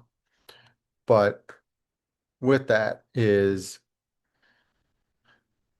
how do you start? And depending on where someone is, it's very difficult. But a lot of times, similar to what Jan was saying, is that I didn't realize how close fatherhood and entrepreneurship is the same, because there's no handbook for this. And if you have 2 children, you do one thing for one child, and the next one is going to be completely different, and you're learning on the fly. And I tell people, you make the best decision you can with the information you had at that time and with your child's best interest at heart. And if you do that, yeah, you're going to make mistakes. So there's a joke in my family that I was never wrong. And I say, well, even when I'm wrong, I'm right. And it was very humbling, because once you have a child, you mess up a lot. And for my son, I had to learn to say, I'm sorry, or I messed up, or you know what, dad messed up there, especially when we make a parenting decision, we want to discipline, and we come to find out, well, that wasn't really that bad of a deal. And or maybe I misunderstood the situation. And so being a parent is very humbling. And one of the things is, if you're successful, it's even more humbling, because when you're successful and you do it your way, you get so used to being successful that you don't listen. So you're like, well, I've been doing it my way for this long, it's worked out for me. And we forget that our kids go through the same thing. So if they look in their eyes, we forget how we were at that age. My siblings and my parents remind me constantly how I was at that age, but we need those people in our lives to do that. And it is where you're so successful that you forget to listen, and you don't take that input, and that input can be valuable. And that's sometimes how we are when it comes to our Heavenly Father. For me and my faith is like God tells us to go one way and we know we should go that way and he opens doors, but it's like, but I still want to go this way. And that's where it's hard because just like our Heavenly Father, as parents, we have to kind of see 3, 4 steps ahead of our kids and, you know, be able to maneuver them like, okay, this is where we're at. But that success as kids, even if they seem it's success, it's hard for us to parent them. And for us as fathers, it's hard for us to admit we were wrong. But the more you do that, the more you open, it's freeing to say, you know what, I made the best decision I could at that time.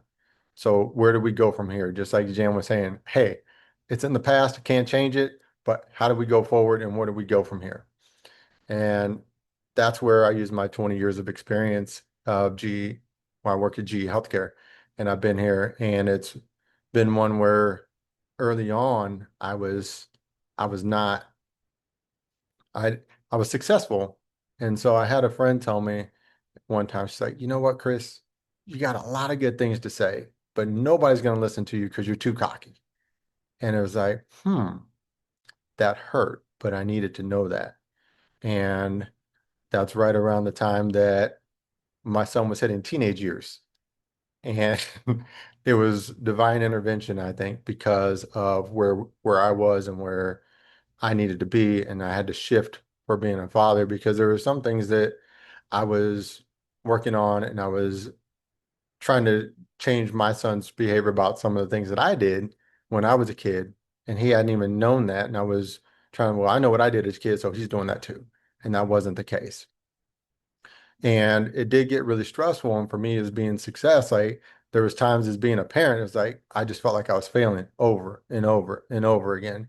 And then there was jobs going on where corporate America, you don't know when you can get cut. We went through the ups and downs of the stock market, and there's that pressure and trying to be there for my son and do everything I can and coach him. And sometimes also I learned that just being there and I was trying to do his coaching, I'm like, well, I don't know if he's getting I'm present, but am I spending quality time with him? And it was one of those that I had to realize, like, no, I messed up here, I messed up here. How do I course correct? And that pressure just got to build. And I'm like, you know what? You can do all the right things and sometimes do the wrong things as well. And how do you handle that? And I felt like I was doing all the right things, but I never stopped to ask my son, what do you need? Am I helping you in the right way? Am I doing things that you need? Or do you want to play these sports? Or are you just doing it because I want you to? What do you want? And sometimes as parents, we don't do that. And it was a life lesson for me. And it was a humbling lesson for me. And, I look at dads or just people in general. We're sitting there, we're putting our all into something and we feel like it's not enough or we're not doing the right thing. But then I remember there's a lot of times you reap what you sow, and it's biblical. It's like you plant a seed, but you don't see that seed grow overnight. You don't see it planting roots. You don't see it sprouting underground. If it's a tree, it could take years before you see anything, any fruit from that tree. And yet that's what we do as parents. We plant those seeds and then we just pray that we do the right thing. And so that's where we just have to have the faith. And for fathers, you know, no matter what comes your way, you can make it through it and you can depend on the people around you or find those trusted advisors and other fathers. I've been getting more connected with father groups as I've learned this is that started this journey down being a nonprofit. One of the things is like, oh, you start a nonprofit, people give you money, and then you can get on your mission and you keep going. But that's not true. So you have to connect with people. And one of the things people are like, well, what if somebody steals your idea? It's like, well, God gave me this, so they can do it. And if they can do it, great, we'll both do it. But the people I resonate with, they're going to resonate with me. The people they resonate with, they're going to resonate with them. But the one thing that I found as a common thread in all these father groups is all the things that they have going on. Everyone, there's a common thread of, I don't feel like I'm enough. And I never want someone to feel that they're not enough because you don't have to be perfect, you have to be present. And when kids see that you're present and you're trying, kids are so understanding and they're so forgiving that they will forgive you if you come humbly to them. Now, it may be a little work. I'm not saying it's going to be snap your finger and it's there, but it's there. And, one of the things is right now, and 1 in 4 homes have father not there, but that means that 75% of fathers are with at least one of their kids. So that's 75%, which if you listen, you hear about, oh, there's deadbeat dads and dads not in their lives. That's not true. There's a lot of fathers in their kids' lives. There's a lot of fathers fighting to be in their kids' lives, but not having their kid in their life for so many fathers is so devastating. And that's where I hear that they just want to give up because they can't see their child. And that's where we need to attack, and that's where we need to help out because it is important for a father to be in their kids' lives. And we can see all the statistics and they're bad, but the good thing is, and I try to focus on the positive, all the good things that come at it. They're better in school, their social, emotional health is better. They're less likely to be on drugs, they're less likely to be abusive. And one of the things that my sister is involved in is it's called MOXA. It's a Metropolitan Organization to Combat Sexual Abuse.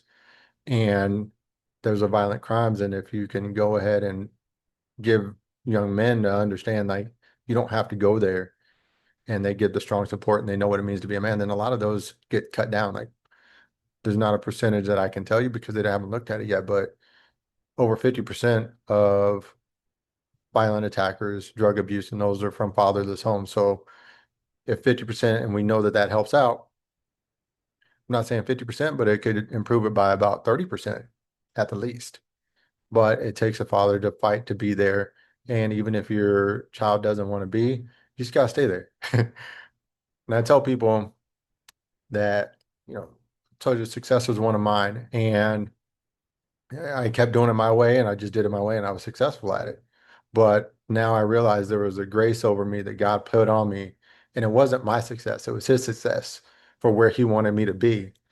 And I didn't listen to my dad. He had preached to me a lot. I got sermons from other people, and he's like, well, I don't know why I told you that, but I needed to hear it because now it's coming to play where I have all these years of wisdom from my father that I'm now able to share. And that's where that comes in at. And I'm able to touch men and relate to other men from that point of view. And so it's like, well, if there's one thing that I can tell fathers is don't throw in the towel, don't give up. And, for some people, they're like, well, I'm not a father, but there might be a little girl, a little boy, or someone that that doesn't have a father, and you can pour into their life as well. And for me, I've experienced that as well because my best friend's daughter was struggling and she didn't have a father in her life. And her and I'd always been close, and she called me and said, hey, would you be my dad? And I told her, it's like, I can do that, but our relationship is going to change because before that, her and I were really good friends and I would take her side. I said, things will change if you do that. And she's like, I want that. I said, okay. So I did. And, we've had some struggles and I've had to deal with some things with that. But I had to come down on her one time and she was like, I want to go back to the way it was. Like, well, sorry, that was your choice. But seeing where she is now, because of pouring in, and my dad's done the same thing. I've seen so many other men do that, and it changes a child's life. And so, yes, you will have extra struggles with that, but you just push through. And fast forward a little bit, I want to tell you 2 stories.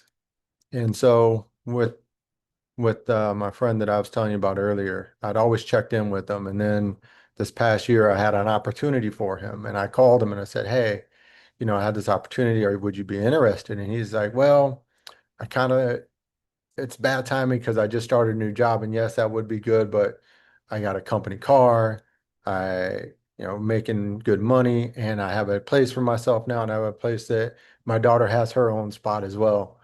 And I just told him, like, look, man, it is so good to hear that because you never know where people end up, and you've always been responsive and checked in. But to see where he went from not having a place to stay and just pushing through in order to be able to now have a company car. He spends every other weekend with his daughter, gets her during the week, and he's able to provide for her and be there for her the way he always wanted.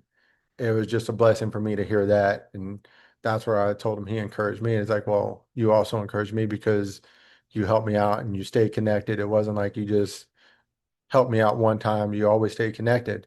And that's what it takes, is just sometimes being persistent. And second story that I want to talk about is, as the Bible says, raise a child up in the way he should go, and when he gets old, he should not depart from it. But don't tell you about that middle part. And that's, to me, that's where the prodigal son comes in. And for those that don't know, for the prodigal son is in the Bible, and what happened, it was one of the parables that Jesus told. Is there was a father that one of his sons wanted his inheritance like right now, because we're in that type of society where everything is right now. We don't want to wait. We want quick money. Kids want to get to where their parents are, but they don't see the work that was put in. And so the father was like, here, you don't have to wait for your inheritance. You can have it now. And son goes off and he parties, drinks, does all the things, lives a life, lives in the world, and then he runs out of money. And then next thing you know, he's homeless, doing these jobs, working in farms and stuff. And, he's eating scraps from the animals because he doesn't have any money. And he goes like, you know what? I could be my father's servant and live better than this. So it's better for me to go home and be my father's servant than it is for me to live here. And so he goes home, and the father sees him coming from a long ways away and starts to celebrate and tells his servants to go prepare a feast because the son has come home. And so he ran out, open arms, clothed the son, gave him a hug, and just welcomed him. And that's how we should be as parents as well, because that's how our Heavenly Father is for us. Yeah, we're going to make mistakes. We're going to be out there in the world, but all we have to do is turn and ask for forgiveness.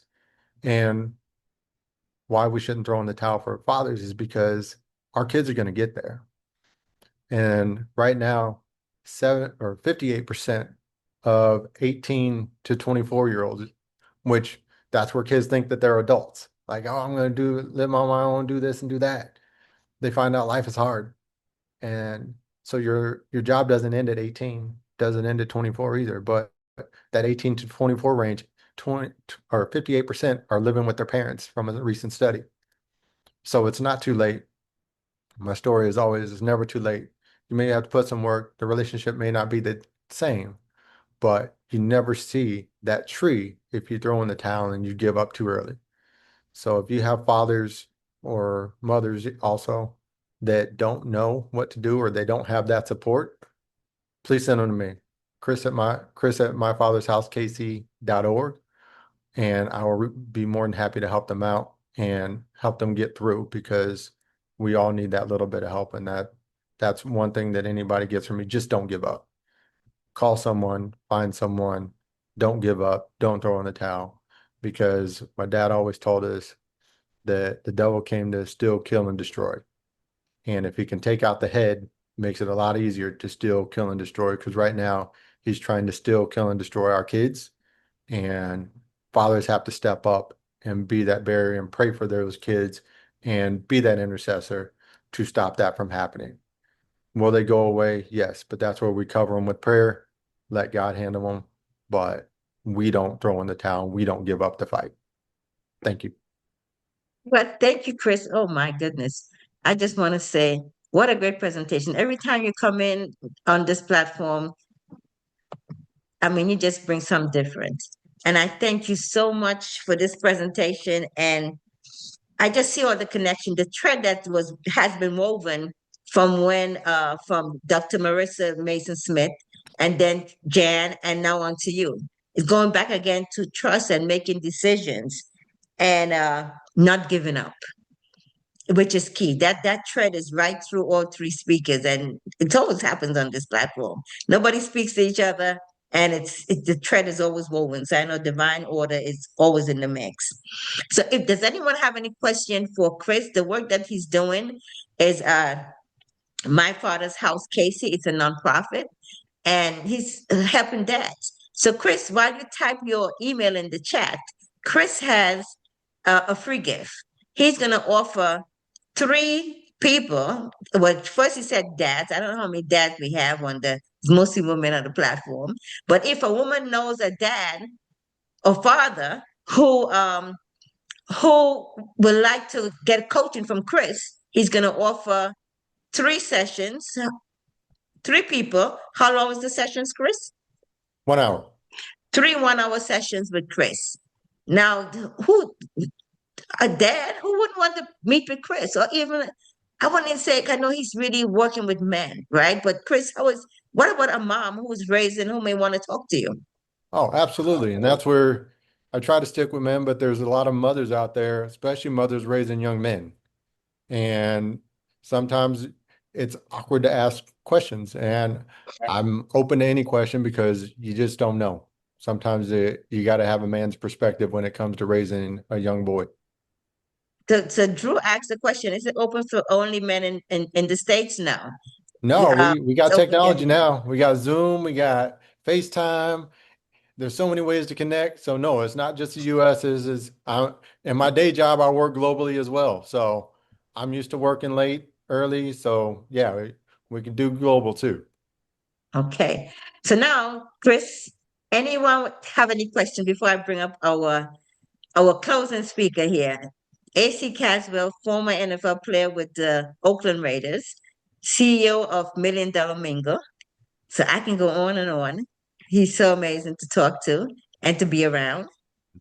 Any questions? Any final words from anyone? Because Well, again, I'm I asking want, for some grace. Chris, how you doing, brother? Doing good, sir. Good to see you again. Good, good. First of all, man, thank God for you. I'd like to talk to you outside of this because we definitely want to support you through your nonprofit. So I'd like to talk to you more in detail about that. But thank you for carrying that torch. You know, we'll talk more in detail because I can relate to everything that you're saying.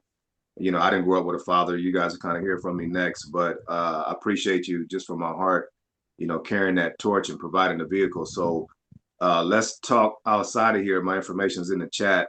So that way we can talk about how to support you, how to get involved. We're also dealing with some things with the NFL when it comes to fathers and players and things of that nature. So we'll talk about many of good things that we'll be able to bring you in. So I just want to say thank you, brother. Welcome. And you inspired me to keep going because I heard you last time and I'm like, you know what? I'm about to hear him again. So that's when Diane Appreciate told it. me you were going to be on here. I was like, well, I'm on too. I'm rolling again. Appreciate it.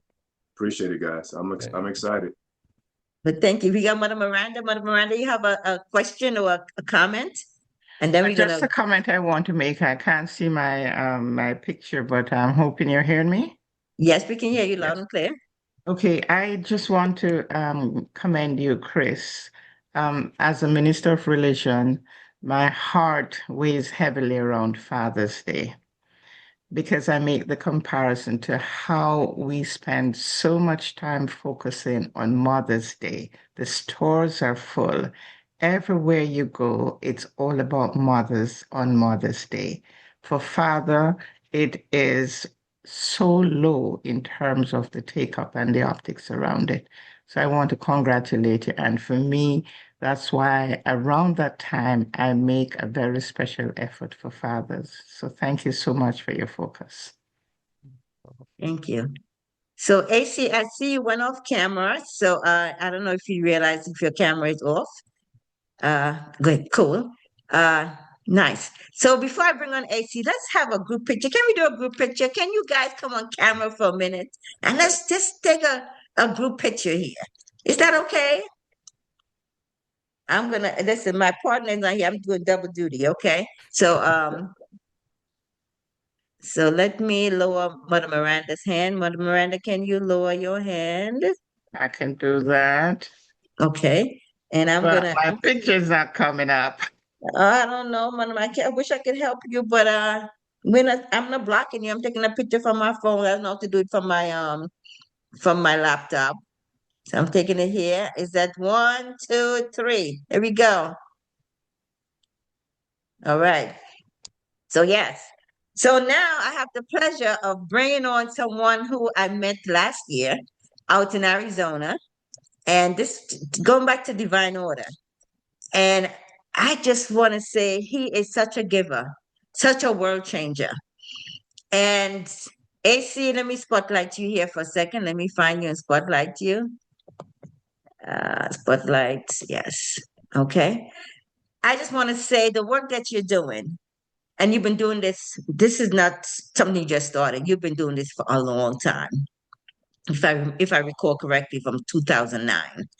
And I just had a chance to meet you last year, and you've made such an impact, both you and your wife, Deidre. And I'm looking forward to coming out to Arizona again in November. I'm so excited. I'm bringing my tribe with me, and I just want to say I look forward to it.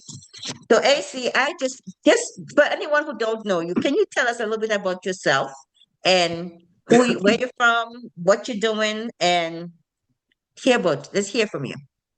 Sure. Well, first of all, I want to say thank you, Diana, for once again creating such an amazing platform. All these beautiful people on here. I'm sorry I couldn't be on here earlier. I will look at the review tapes because I want to hear whoever spoke for a lot of reasons. I want to say thank you, Jan, man, so powerful. I can relate to everything that you said. Thank you for just being vulnerable and transparent because I believe that, kind of like Chris was, we're saying that I always say this, that when you can become a testimony to someone's life, that's how powerful it is because a testimony is a matter of life and death. You never know who needs to hear it. Doesn't matter if it's your ministry background, sports, business, hard knocks of life. And when you become a testimony and you become delivered and set free and you overcome these things, we all have stories, but if we're not sharing those stories, we're not relatable, right? So, Jan, thank you. As I sat back and listened, I was laughing too. I'm like, God, I can relate to so much that you're saying. And, you can dive into that conversation alone because everybody think that I fell out of the sky as a professional athlete and just hit the ground running. I'm like, guys, no, we all have a story how we came from, poverty, success to greatness, how we came from, all those things. So I was laughing, but I also say thank you. And Diana, that's a tribute to what you have built to give us a platform to be able to share our stories and network talk. So I'm so thankful for this opportunity once again and looking forward to meeting everyone. I put my information in the chat. But with that being said, uh, I was a young man who grew up in South Central LA, very hard lifestyle. I'm not ashamed of that. I love my background. I came out of a community where it was gangs, drugs, violence. I was a true product of my environment. I didn't have a father in my life, so that's why I can relate. I needed mentors in my life. My father and friends was gangbangers and drug dealers, and I was told my whole life that nothing good comes out of South Central LA, and all you're gonna do is go to prison, end up dead, drug dealer. That's what your future looks like. So when somebody is falsely pouring that into your life, you can either accept that or you can say, no, that's not for me. And for me, I'd had a great support system, believe it or not. Once again, women, right? I believe that women are powerful. I believe that women make things happen. And all those teachers and nonprofits in my life that came into my life to kind of give me a platform to be successful. They believed in me when I didn't believe in myself. So growing up in that hard environment, I love sports.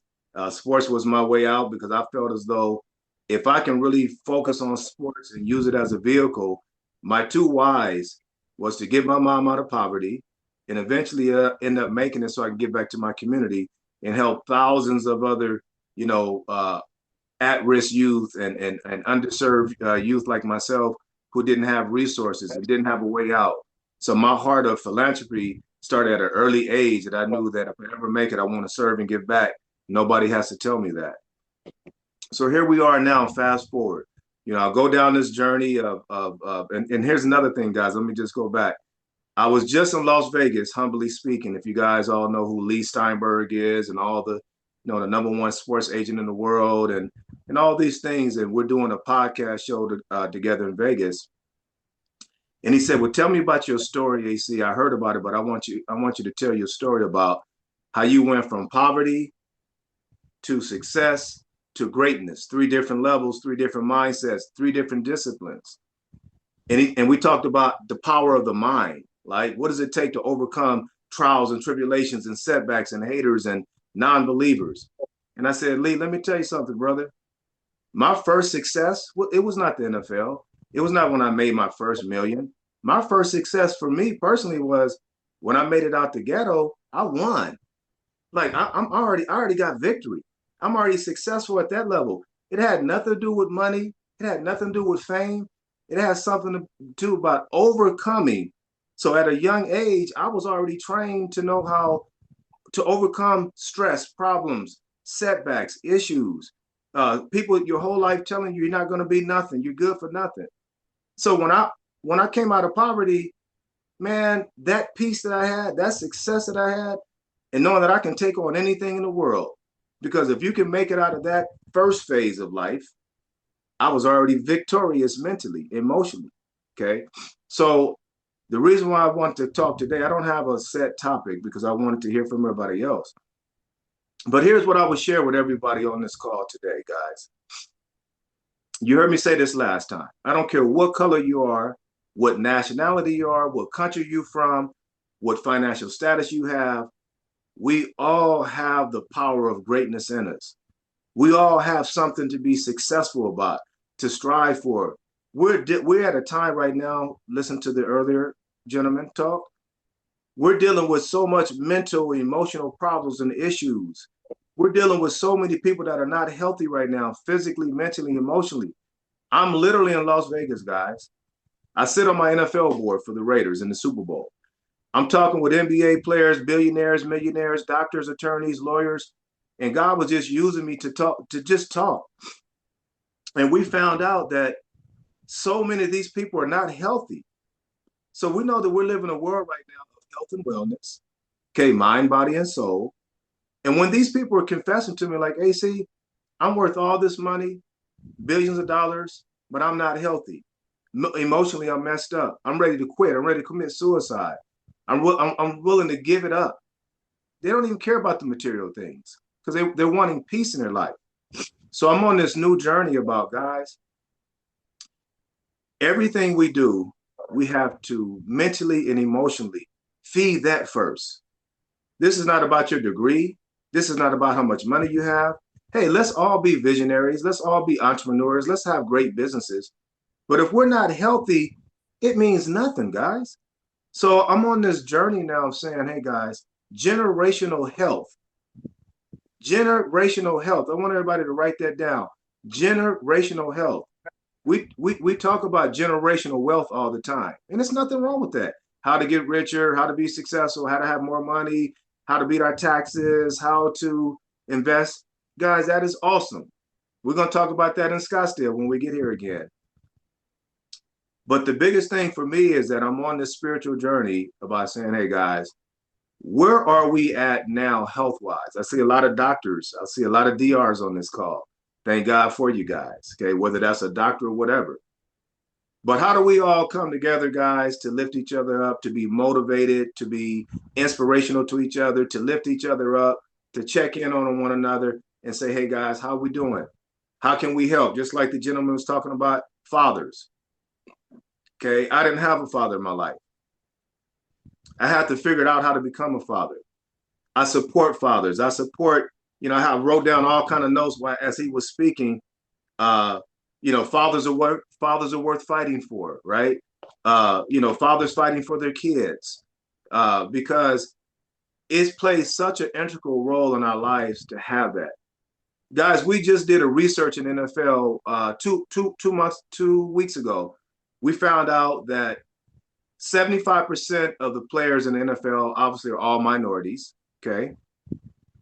And out of that 75%, 55% of those guys come from low poverty, like me. Single mom, dad in prison or dad dead, foster care home, off the streets. don't know how to be a father who have kids. All these things we're dealing with. And we were like, how important is the role of a father, right? We commend the mothers. I love my mother. She raised me. But man, those days where I wish I had a father in my life, you know, just to mentor to me, just to talk to me, just to give me a hug. So I understand how that is, but I have to overcome that. Now, as I overcame those things, like Jan was saying, hey, people say, hey, well, how did you get to Jan? How did you get to that level, Jan? They want to know your story. Well, like anything else, guys, we've all gone down certain roads, right? I mean, I look at my journey, guys, to get to where I'm at, to greatness, and I'm still not done being great. But listen to what I'm saying. Look how I talk. Great, yes, great. I strive for greatness every day. I never stop. I put the best mentors in my life. Here's the thing about greatness, guys. 3 different levels: poverty, success, and greatness. Okay. When you go to a greater level, you got to learn how to separate yourself in anything you do. When you go to when you make that decision that you want to become great, because you have it in you, don't let nobody tell you differently. And there is different levels, guys. Like I said, when I made it to the NFL successfully, I was out of poverty. I bought my mom a house. I can pay my bills. I blessed a few people along the way, but I wasn't happy.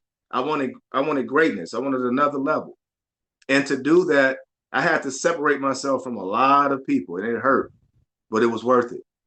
I had to close the doors on people. I had to train my mind. I had to take a different discipline level, a different routine, a different mindset, a different commitment, a different dedication to reach that level of greatness. But here's the thing about greatness, guys, if you think about it. Everybody on this call may say, hey, guys, I'm great right already. I want to become great. And I use this analogy. We all know how a ladder is built, right? A ladder is built vertical, right? Vertical, straight up and down. And if we have 10 people that want to strive for greatness to climb up that ladder, there's no way on earth we can all climb up that ladder widthwise. We just can't fit. So somebody got to take the initiative to say, hey, who's going to be the first one to climb up that ladder to be great? Now, you're not climbing up that ladder for yourself, because a great leader is going to bring people up with them when they get up to that ladder. You're not getting up there to yourself, but it takes discipline. It takes a mindset. It takes separation. And it hurts, guys.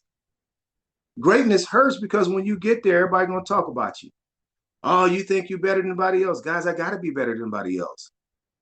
Not to say that to be boisterous, to be too cocky, but to become great, I got to be better than anybody else. I didn't make it in the NFL by being like the next guy just to say I'm in the NFL. I had to be greater than him. The ownership was expected for me to be great, not like somebody else. They're not paying you to be like somebody else. They're paying you to be great in your own right. So anybody that I can aspire today, encourage, share my story, tell you my methods. But I will tell you this, guys. Here's one thing that I learned. I learned that when you become great, every great person, every great athlete, every great businessman and woman, you still have a coach in your life. You still have a mentor. Michael Jordan, you guys know who Michael Jordan is? Raise your hand if you do. You know who Tom Brady is, Tiger Woods, Phil Mickelson, Tony Robbins. It doesn't matter in any industry, okay? Jan Jensen, right? The point I'm making is this, guys. Every great person in their life still have a coach in their life. The reason why we have coaches in our life to say, hey, Michael, you're great, but you still need to work on your shot. Hey, Tiger Woods, you're the best in the world, but you still need to clean your game up. Hey, Tom Brady, I played with Tom Brady. He was my quarterback coach in New England when I played for the Patriots. And I saw Tom Brady get his butt chewed out. And this is the Tom Brady. And coach said, Tom, you're messing it up. You're doing it wrong. Get it right. So the point I'm making is every great person have mentors in their life.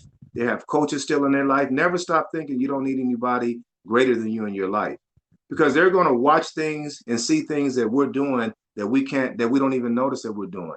They're going to correct us when we need to be corrected. So you have to be humble about, do you really want to go there?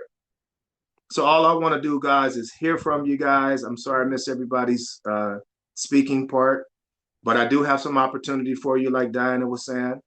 Come November 5th to the 8th here in Scottsdale, Arizona, we're gearing up for our annual $1 Million Mingle Celebrity Charity Fundraiser. We raise millions of dollars for charity, so that's why I want to talk about My Father's House, Diana, to possibly be able to pick them up as a nonprofit even this late, to be able to bless them. We want to be able to give you guys some speaking opportunity on the stage to market yourself, promote yourself, brand yourself, put yourself in the right rooms. Okay, I tell people this all the time, guys. The right rooms are not going to always come knocking on your door. Whether it's my event or the next event, I heard you, Jan, and you guys talking about Forbes Riley. Love Forbes. Forbes have created an amazing vehicle for you guys to come and be empowered. And you have to take that. I always tell people you can't afford not to take the risk. Take a risk, guys. Get involved. Get in the right rooms. You never know who's in those rooms. We build those rooms. Okay, when you bring billionaires, millionaires, and great mindset of people together who's willing to network, who's willing to support you, listen to you, learn about your brand, how can they be supportive? That's what we've built. We built this industry for you guys to take to the stage, get on the Q&A panels, set up your booth, come out and network, meet some amazing people like yourselves, and change the world. Like, you have to believe that your company, your brand, your vision is either life-changing or you can change the world.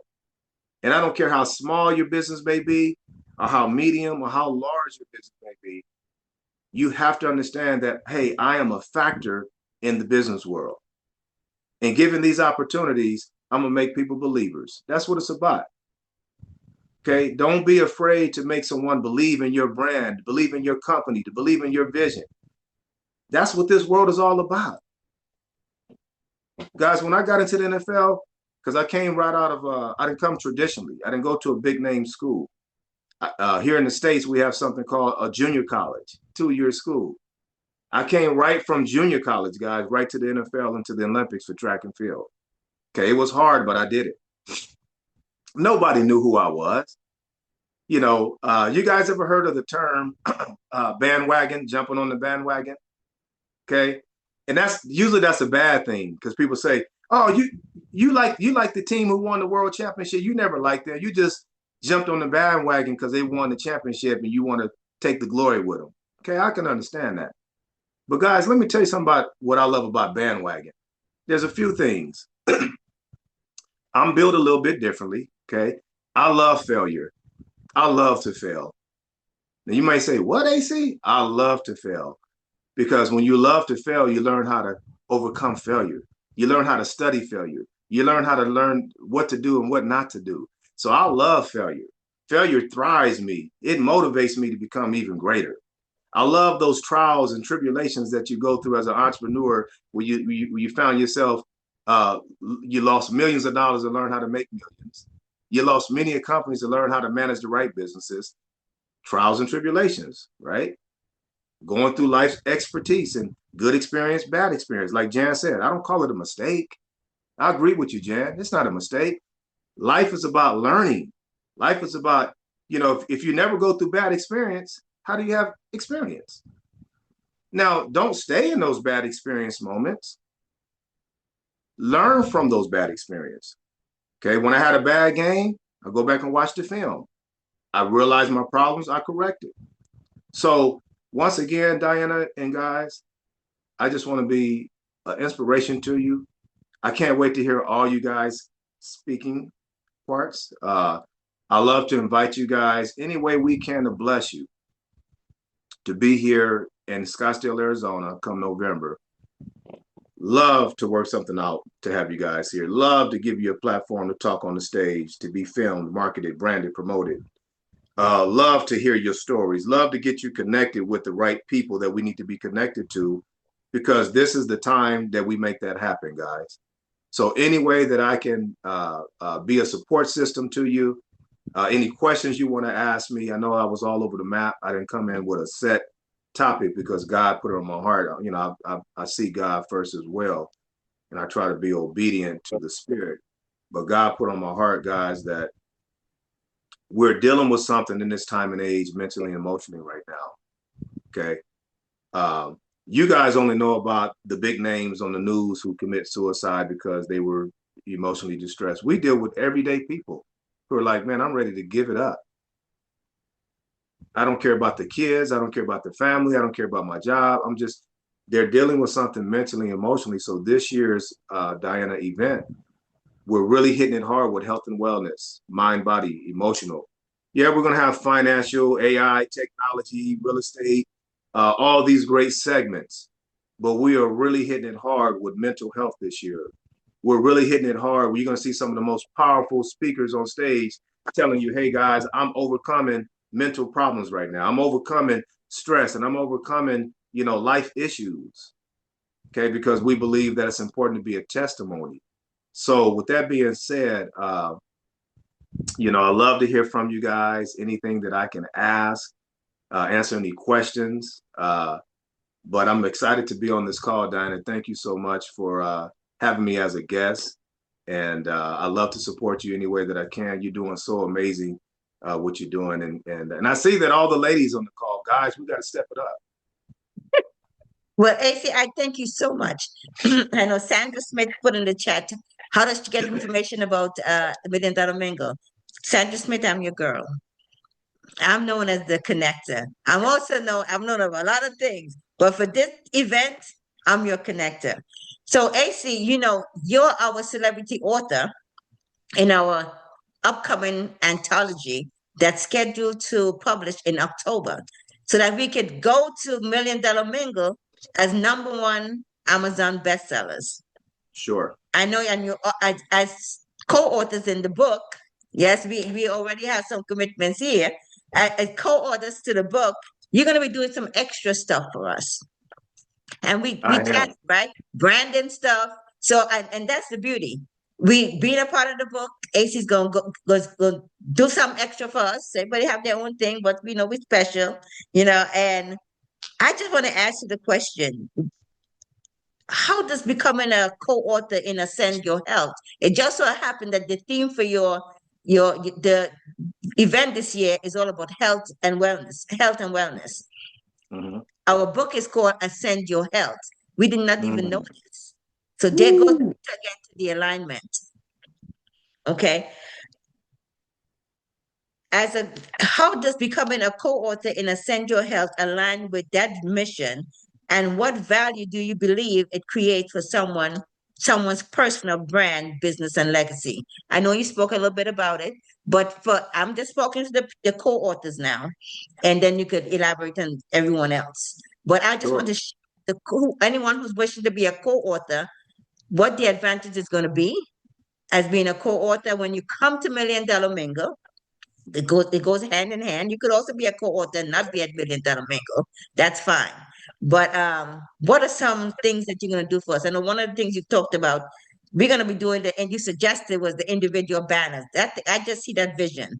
And everyone is gonna their banner, individual banner with their picture and the book lined up on the stage. That is huge. So tell us more. And then we're coming up on time. Okay. So real quickly, I'll make it short and sweet. First of all, congratulations to all of the authors, man. So awesome. You guys don't understand how powerful it is, man, to be in a book, okay? To be an author in the book, to share your story, let that book travel all over the world to know who you guys are and your background. And I told Diana, I'm going to do something so favorable and special for you guys. I'm going to treat you like royalty, guys. So anyone that's in this book, not just from a marketing standpoint and a branding standpoint, but we want to give you guys some special treats and special gifts to acknowledge you guys and your hard work and what you've done.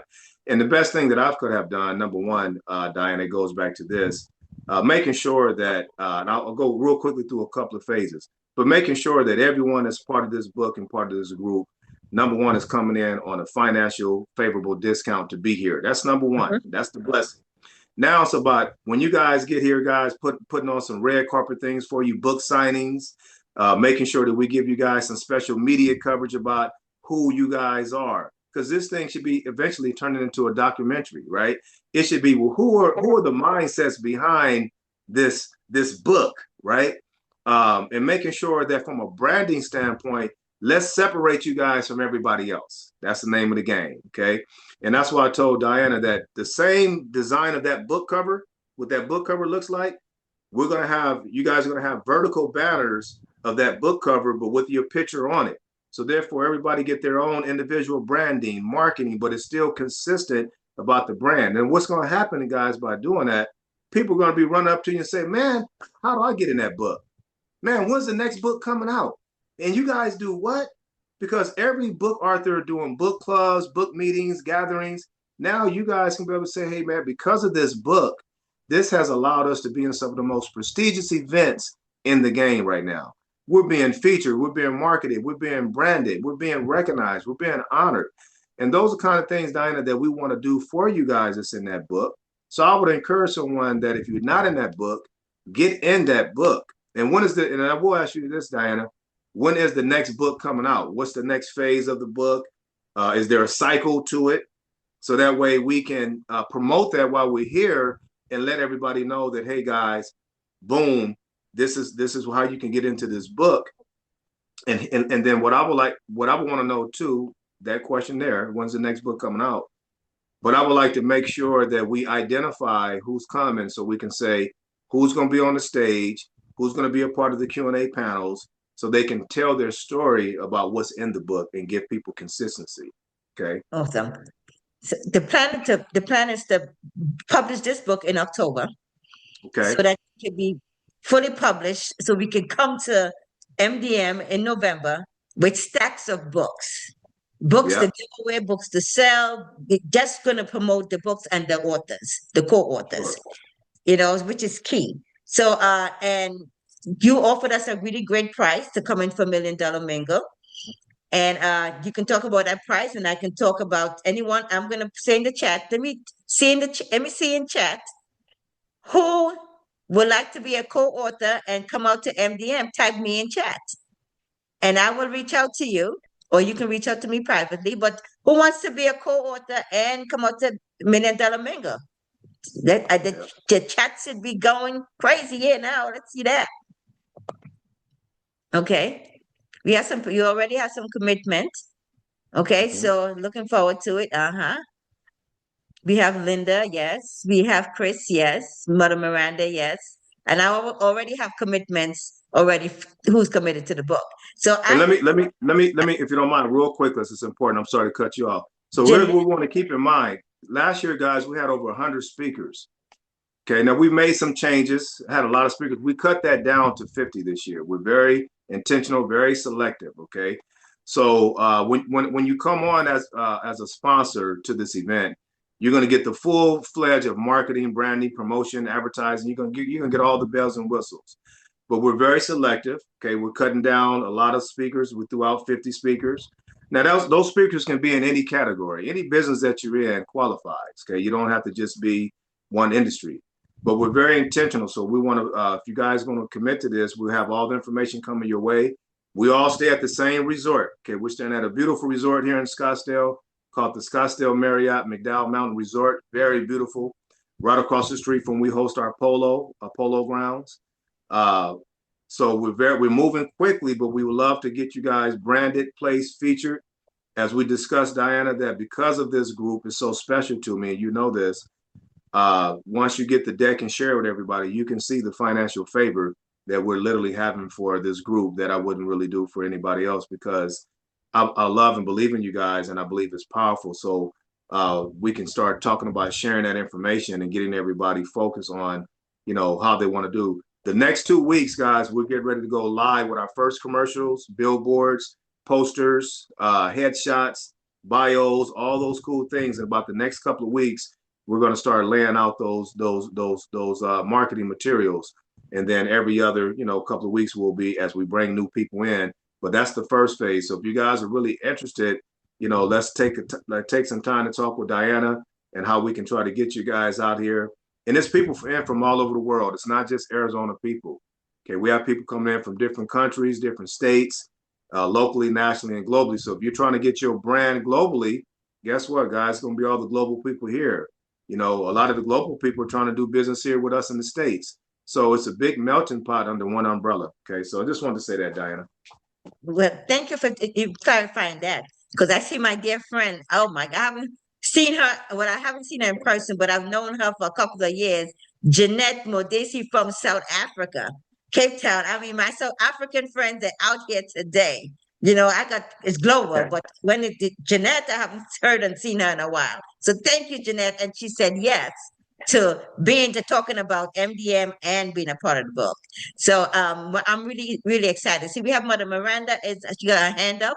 And as you know, I know you'll make if you're gonna have more questions, put your hand up fast because I'm gonna get ready to, we went over 30 minutes already. Mother Miranda? Thank you very much. AC, sending you shout out from Canada, from all over the world. Yes. And the words that I'm looking on today, decision, commitment, decision, commitment. And when I sat with Diane earlier this week and I listened to her, I said, I'm all in. She shared so much, and it's going to take a lot from me. I will be coming in order to get back to church on the Sunday, but I will be there. I can't take vacation leave, but I've squeezed some time, and I want to just encourage anybody who hasn't made up their mind yet to be there. And I look forward to meeting you, to shake hands with you, to be on stage with you on that red carpet, and to share what the Lord has placed on my heart in this Amen. season. Thank you very much, Amen. Dan. Thank you, AC. And we do Thank you. we do church we do church on Sunday too, so you're not gonna lose church. So You do church on Sunday. Okay, well, we can we talk do about we that. do our on Sunday we do our celebrity brunch and comedy show, live jazz, comedy, and church. So we get our fellowship in. Okay, well, we talk about that, so maybe I'll have to take the day to get the full fledged. Yes. Thank you That's so right. much. So AC, just tell us a little bit more. It's 4 days in Yeah. Arizona, Thursday to Sunday. And anyone who wants to talk more about this event, I'm your girl. Talk to me. Okay, you get it. I mean, listen, I'm your host. I love you all so much, and I thank you all so much for being a part of this journey with me today. And again, I ask for grace on going over time, and I look forward to our next Ascend Your Path, where we have three other speakers already lined up, and I think one of them is Mother Miranda, who's right here. She took her hands up. So yes, so she already gonna share what she gonna be sharing with us earlier than November. So any more questions as we close out, friends? Again, I want to say thank you and thank you for your grace. Anything else? I just want to say thank you to all of our speakers who spoke today and everyone who showed up. Dr. Munera from she's in Turkey. She said thanks for our amazing speakers. Yes, Diane always bless us. Yes, thank you so much. And AC, thank you for sharing with us. And I look forward to seeing you in a few months. Thank you guys. Such a blessing. Bye for now. Bye bye, guys.